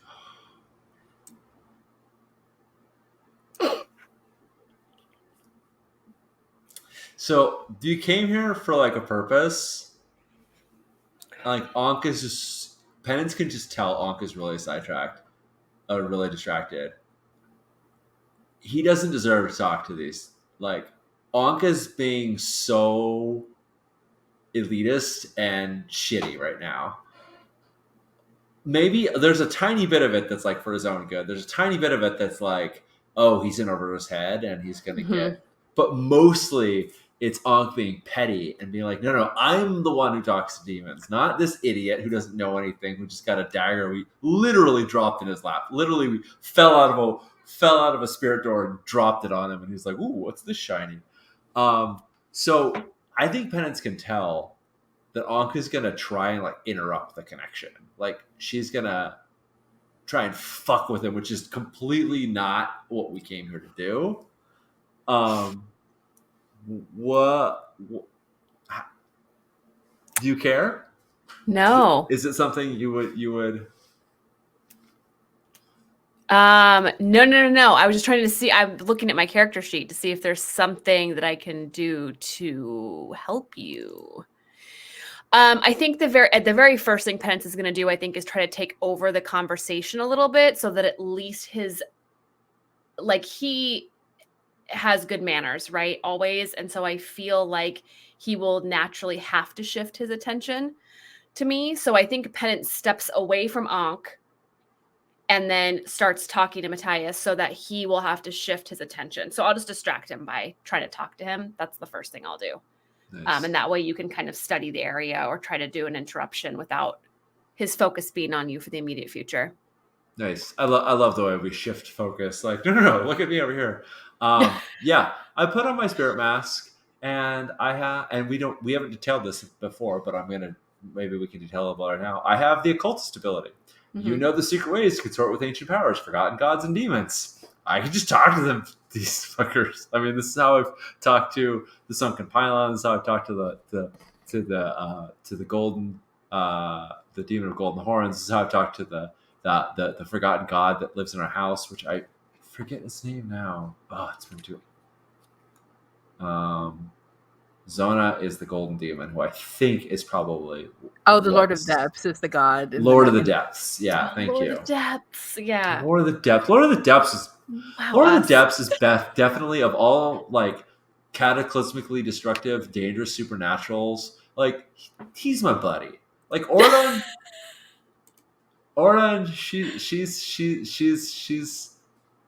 She's hot stuff, and I'm like really into her. But like Lord of the Depths, he just wanted to like be submerged. I mean, he just wanted to go swimming. I don't know. I just related to Lord of the Depths a lot. I felt like really buddies in the dark. That's what we're playing. We're definitely playing buddies in the dark. Definitely playing buddies in the dark. Nice. So I think what happens is we see, and some of this is a moment where I feel like, do you remember in Thor Ragnarok when they first met Hela and she pushed her hair back, and then when she did it, all like the horns and stuff grew out of her head? Mm-hmm. So in one version, for the people on the street, Ankh pushes her hair back and you just see her pull it back from her butt. In another version, Ankh pushes her hair back, and when she looks up, you see she's wearing her spirit mask. It almost seems like it's one single piece of wood carved in the shape of an owl, but it almost seems like the wings are kind of moving, and golden horns burst forth out of her forehead. And I think in this reality, which probably Matthias maybe can perceive now, I don't know, but in this part of the ghost field, Ankh is speaking directly to whatever is here, whatever is whispering, and that may be Zona. I don't know, but she's like she's going to like sort of try and bring its attention to her and say, why do you entertain such a fool? And again, Matthias may or may not hold this. I think like such a fool. Surely there are better puppets to be found in this sunken city. Right. And so when that happens, you feel the skin along your body start to grow taut and stretch. You feel your bones begin to ache. And through the ghost field, like it takes a while for it to come into focus behind Matthias, but you see this demon and they have this beautiful face that's stretched over. You can tell, you don't know how you know, but you can just tell that they've taken special care to have all these human bones placed around their face to build these beautiful horns, to build this angular set of features. And they're wearing like this long black cloak. Of course, I have a picture in the NPC. Like, Oh my God, you're Here we amazing. go. Judd says you're all fools to me. Well, Oh. that's 100% fair, Judd. Yes. But That's yeah, a great so picture. Oh, good, you're sharing. Good. yeah. And then so you hear them say, "Hello, what is it that she calls you? Little Pearl." Yes. Oridon has told me so much about you. I think it's only fair that I introduce myself. My name is Ixis. I am a dear friend of many of your friends. You seem to be beloved by many demons. And they're pointedly ignoring your question. They're not Yeah. they're not answering about the whole puppet situation. So when they say their name is Ixis, Ankh doesn't know if that means that this is the demon prince of Aruvia, Ixis, or some other, like, who knows what demons' real names are. So as Penance is talking to Mateus, she hears a thump as like Ankh drops to a knee. She heavily, like not like I'm bowing down before you. Like she crumples down and like barely kind of holds herself up when she hears that name. Because it's a little bit like I'm your family's god's uncle. Like that is the fear that she has. I don't know, Ray, does that sound right? I mean, Yeah. And when you react in that way, Ixis is suddenly next to you and places a hand against your chin. Ah, it's good that your pride doesn't lead you too far away from the path, that you still remember how much your family means to me, they say. and I think we kind of like flash back to the moment where Ankh set a demon free that was supposed to be captured by her family, and Nirix, her aunt, was like, I'm kind of proud of you that you're sticking up to the family, and you're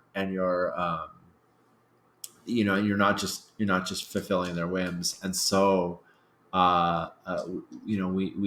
we cut back and forth and say we cut back to this moment, and Ankh says, I disagree with my family on many points, but certainly they hold reverence for you for good reason.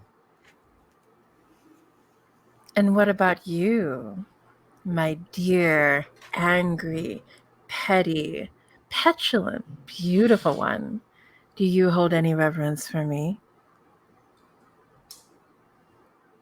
She's really trying not to falter, but she's sort of struggling with it. She says, in this way that like flashes back to very early on, right? Like her training, like at Vasu school, and she says, and it's like a rote thing that you say you're supposed to learn. It's she says, I revere all of the elders, the bull, which is Akuset, the serpent and the owl, which is her own family, the falcon, which is one of the other families, and I think Nick, I don't remember Nick's stuff off the top of my head, but and shadow and smoke. And it's clearly like a rote thing, but she's saying it with meaning. It's just, this is what it's like. What do you say? It's like, when you're faced with the Stay Puft March with a god, like, what do you answer, right? Like, this is like the thing that she was taught as a child to say, to offer proper supplication. And I don't know, yeah, it's rote, but it isn't. But in this moment, it's probably truer than any time she said it in the past. because she never said it in the presence of a demon she knew. Yeah, and when you say that, Ixis like watches you very carefully, and you can hear the bone crack as they smile, and they say, "Yes, this is a good start, my dear." And then Ixis is suddenly next to Mateus, and then they touch Mateus' face, and you can see like Mateus pushes into the touch like a cat would push into the touch, right? And Ixis turns to you and says, "And now 3 of you, 3 humans who hunger for knowledge so much, I can feel it down to your bones. You wish to know wisdom, power," and they look at you, Penance, memory. "There's so much I could give you, but what can you give me in exchange, my darlings?" And then Ixis says, "No need to answer now. Mateus took his time in giving me his answer. But you are here for information, Ankh, of the snake, of the owl. What is it that you wish to know about this Lady Arabella?" And so I think we see the roll to see how much information that they're going to give you. Yeah.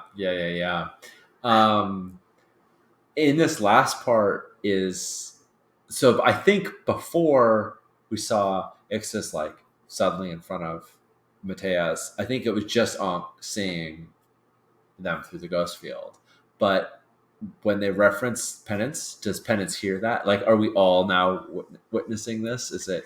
Yeah, you realize like when Ixis stepped away from you, like they effortlessly like created this space in the ghost field to envelope both Penance and Mateus. Nice. Ooh, Right. nice, And yeah. you know that demons cannot do this so easily. Alrighty. Okay, I'm gonna make my consort roll because that's the one. That's the one action you can take with demons and whatnot. I can't command. I can't sway. I can't. Wow. Attack. I have the ability to consort. I mean, obviously, we could say different actions are taking place, but that is the action that move allows. I thought we were going to get more out of Mateus. I'm sorry, Kristen. I didn't mean to steal the thunder there. No, Talking this to is Ixis. I great. was going to be like, get away so we could talk to Mateus. And then it was like, oh shit, never mind. I have to revere you.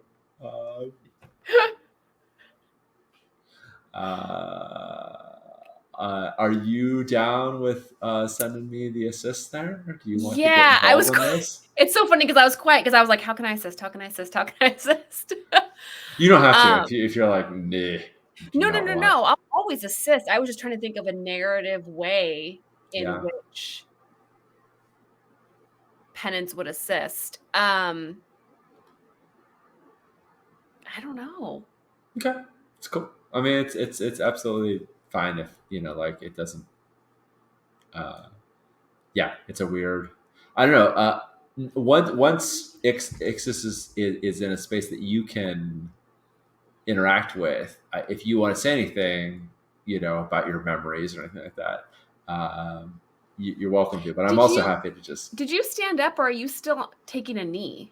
I think I stood once they came over and sort of like put their hand on my shoulder, and I don't know, I got the sense it was like you can stand. Yeah. Okay. And consort is okay. I'm just gonna say, because I want to assist, so I'm just gonna say that as soon as it opened up so that I could now hear everything, that out of a sign of respect, I did the same thing you did. I took a knee so that hopefully this is like buttering up or softening the demon.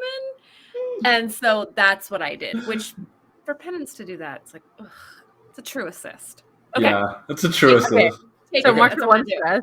Yeah. All right. Perfect. And Got normally, I mean, normally gather information rolls are for fortune rolls, but I mean, I can absolutely understand if this was an action roll in this case, if there was risk here. What do you think? Right? Is this just roll to see how good of information I get, or is Oh, yeah. there? Yeah, Okay. just, I mean, no matter what, there's going to be risk, but Yeah. That's All how it right. works. And thank you for that assist. I think that 6 was I was gonna yours. say, Perfect, finally, perfect. finally after the ones. Yeah. Cool. Excellent. So you get really good information plus more, right? It's Yeah, basically you get good, clear information with the possibility for follow-up questions, I think is the nice. Yeah, and so like I think as you start to form the question in your mind about Lady Arabella, you see the scrawlings, the sigils, and everything on the wall start to move and merge, and you can tell that like it's sketching out what's going on for Lady Arabella, right? So you see them re-enter Duskwall, right? Like you don't hear anything, just like distant like voices and sounds, but you can see it being sketched out in front of you. Lady Arabella arriving at Duskwall, the timekeeper with her, and you can see like the timekeeper has been like collecting several coffins, right? And so going into several places, the ritual that you interrupted is one of many. And so there have been other rituals that went uninterrupted, right? Where the children have been well fed. And you can see that Lady Arabella has something like a crypt underneath the city where she is collecting her children. And you can see there's this moment where like the sketches start to get more and more like violence, right? As Lady Arabella turns to the timekeeper and says, I know that in all due time, Penance will return to me like she promised. I love watching Kristen just mutter as she hears. I'm not going to return everybody. Promises. And then you hear Lady Arabella says, I'll give Skurlock one last chance. But if not, I will do what I have to do for my children. And do we see any of these children, or are they? Or we just see the like? What's the visual behind them? Is it just the coffins? Do we see like the black ichor oozing out of it? Do we actually see people, creatures? Yeah, so you see all the coffins lined up methodically, like very, in the sketches, but like as she speaks, they start rattling, and you can hear like the pained sobs and the moaning coming from the different coffins, right? But then there's a moment where the timekeeper comes up to one of them and just goes and knocks on the coffin, and they all go quiet. That timekeeper's scary AF. Fun times. But you are able to, like, the information, where the crypt is. Yeah. Yeah. Okay. What follow-up questions do you have? Kristen, do you have any? I have an idea, but I'm not super sold on it. What do you have anything that you're aching to know? We know where she is. We kind of know what she's been up to. We know that she says that I'm going to return to her. Yeah.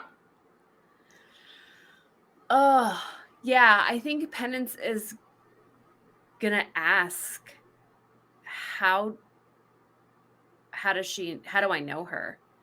And I think it's so hard for Penance because she doesn't want to ever be vulnerable. So she doesn't want to admit that she doesn't know what her history is with Lady Arabella. But she's so caught off guard by this, I'm going to say, that she just kind of blurts out. I think as soon as that vision or memory kind of fades or comes across wherever it is, Penance like interrupts to say, nice. Like, tell me, how do I know her? When you do it, Ankh, who's just been staring at Ixis the whole time and like maintaining focus, and like we just see her like head just tilt a little bit towards you, like surprised as you interrupt, and surprised at the question as well. Like she's still wearing her mask, so you can't read her expressions, but right. That it's definitely a Alarm, what are you doing? I love it. Yeah, and I think like when you ask that, Ixis doesn't look at you, but the perspective on the sketches along the wall moves down the crypt, down the corridor, and on the other end, we see like unmistakably, you can see like the connections of a hull, like what would give it electricity and spark craft life, right?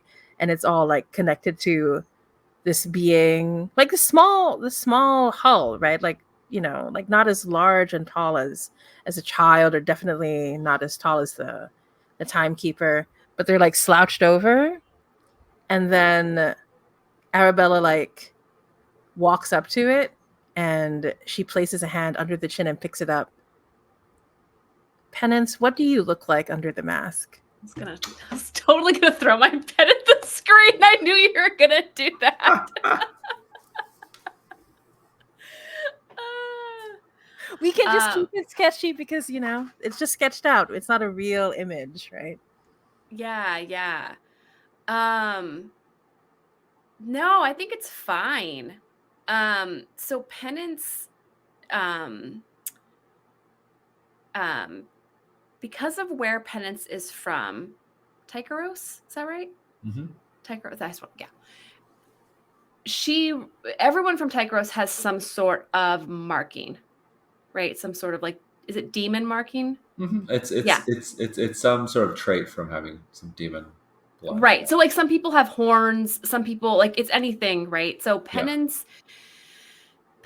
is hers is on her face, and it is one side of her face, and it is like this really beautiful, like intricate maze that is like very stark white against her like brownish skin, and what runs through it is like this little black, like it looks like liquid, like shiny black liquid that like runs that used to run through it.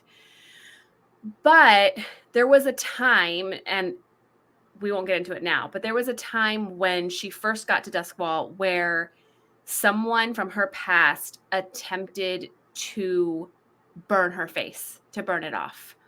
And this was always like a marking of like beauty and pride, and like she loved it. And so now that she knows it's like been scarred, that's why she wears her mask. But that really pretty black liquid like ball that travels through her marking, when she was burned, it stopped in her eye. And so she has one eye that is just like a black, shiny liquid. So that's what she... Yeah. So this is Hull version of you. Does it look like you before you got burned? No, I think she has the burn, because I don't think she remembers a time before the burn. She doesn't let herself remember a time before the burn. Oh, excellent. Yeah, and I think we see that one dark eye, right? And then we hear Lady Arabella says, just like we planned, Penance, you will have your vengeance, and I will have mine. I think that's a good place to cut right there. feels like the beat. That feels like the cliffhanger. I don't have any follow questions that are germane enough to justify going following that. Yeah. No. Okay. Excellent.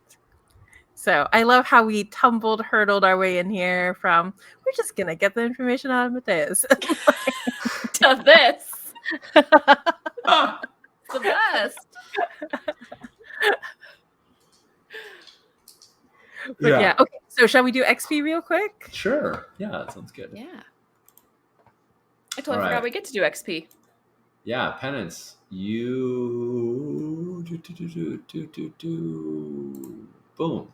You need to take a move. I think you were gonna take something, right? Did you have? Yeah, I'm still deciding between Alchemist and Physiker, which I know are very different. I'll take it before we play again. Okay. I gotta think about it. I'm just gonna put a note in your thing here that I'm gonna take it. Thank you. All right, are we starting with me? Is that what we're doing?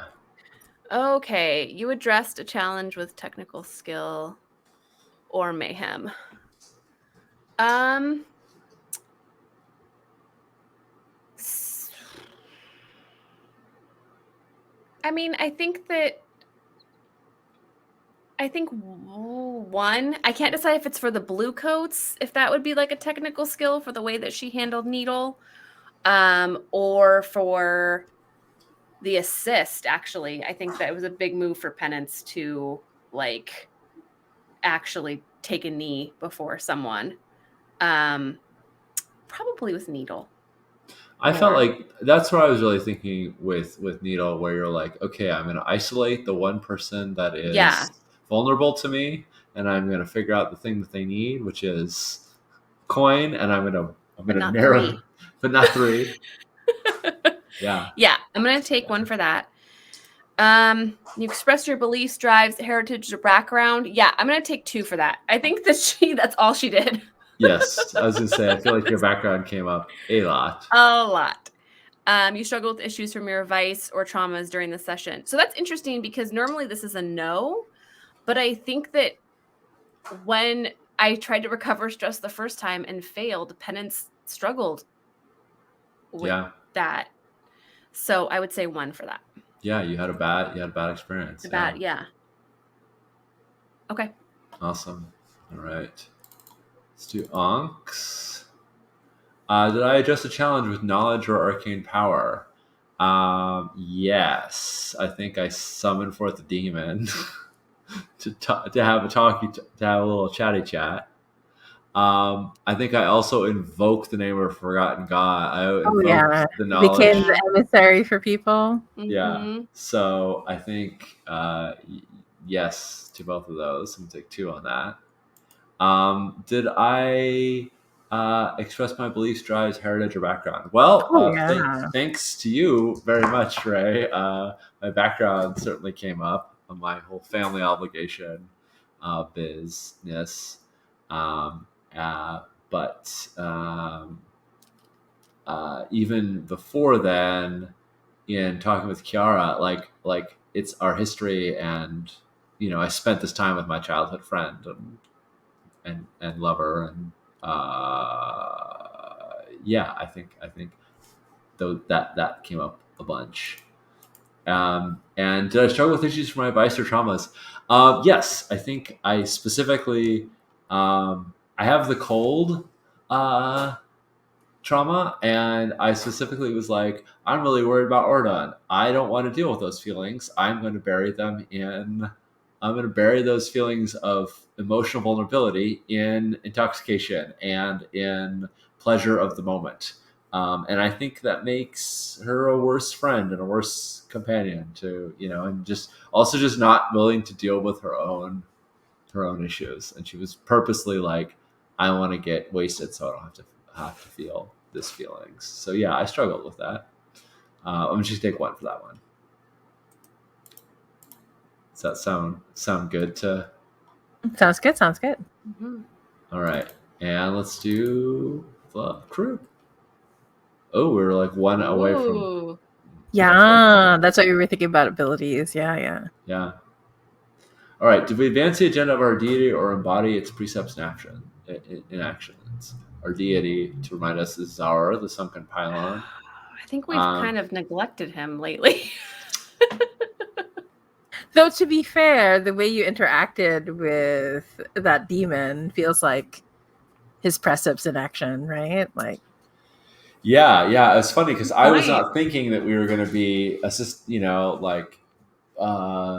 helping out demons in this case, but I think we definitely showed a lot of reverence for Ixis. That yeah, I think that's worth one. Mhm. All right. Do we contend with challenges above our current station? Yeah. Anytime you interact with a demon, I think you're contending with challenges oh above your yeah, current yeah, station. especially Ixis on top of that. So Yeah. So I And think blue that. coats, are they above our current station? Oh yeah, they're tier that's 3. true. Yeah. That's true. So yeah, get another XP for All that. Two right. for those, I'll maybe. take that. Yeah. We bolster our crew's reputation to develop a new one. I don't know. I don't feel like we did a lot of things that would make people at large, like, I don't think we impress the blue. Well, that's not true. The Bluecoats do think, some Bluecoats think I'm the emissary of the Burn King. That's true. Yeah. That's true. Look at you grinning at that. It's true. All right, I think we should take one for that. I I was just take gonna it. like, I was gonna like, yeah, no one noticed us this time, but yeah, I think they did.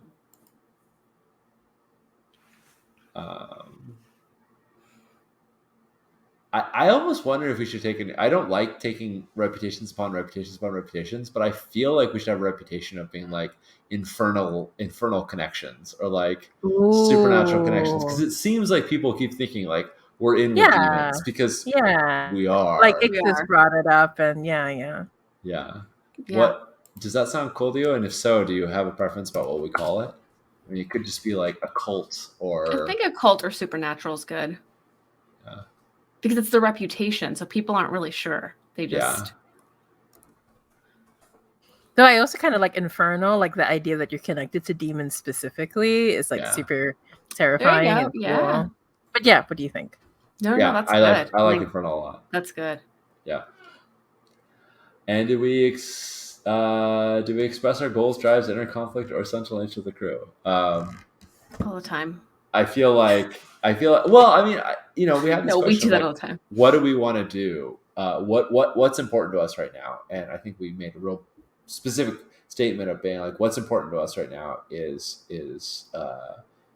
finishing up the stuff with Lady Arabella, and then like it's got really personal and really connected to penance. So I feel like that's too, because it's our nature and our drives and our inner.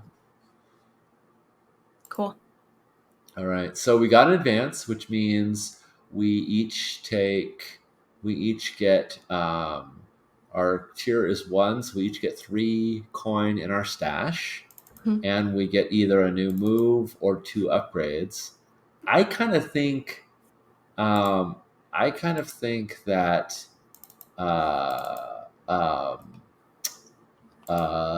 the child sort of predicated the idea of an upgrade, which was to make our lair secure.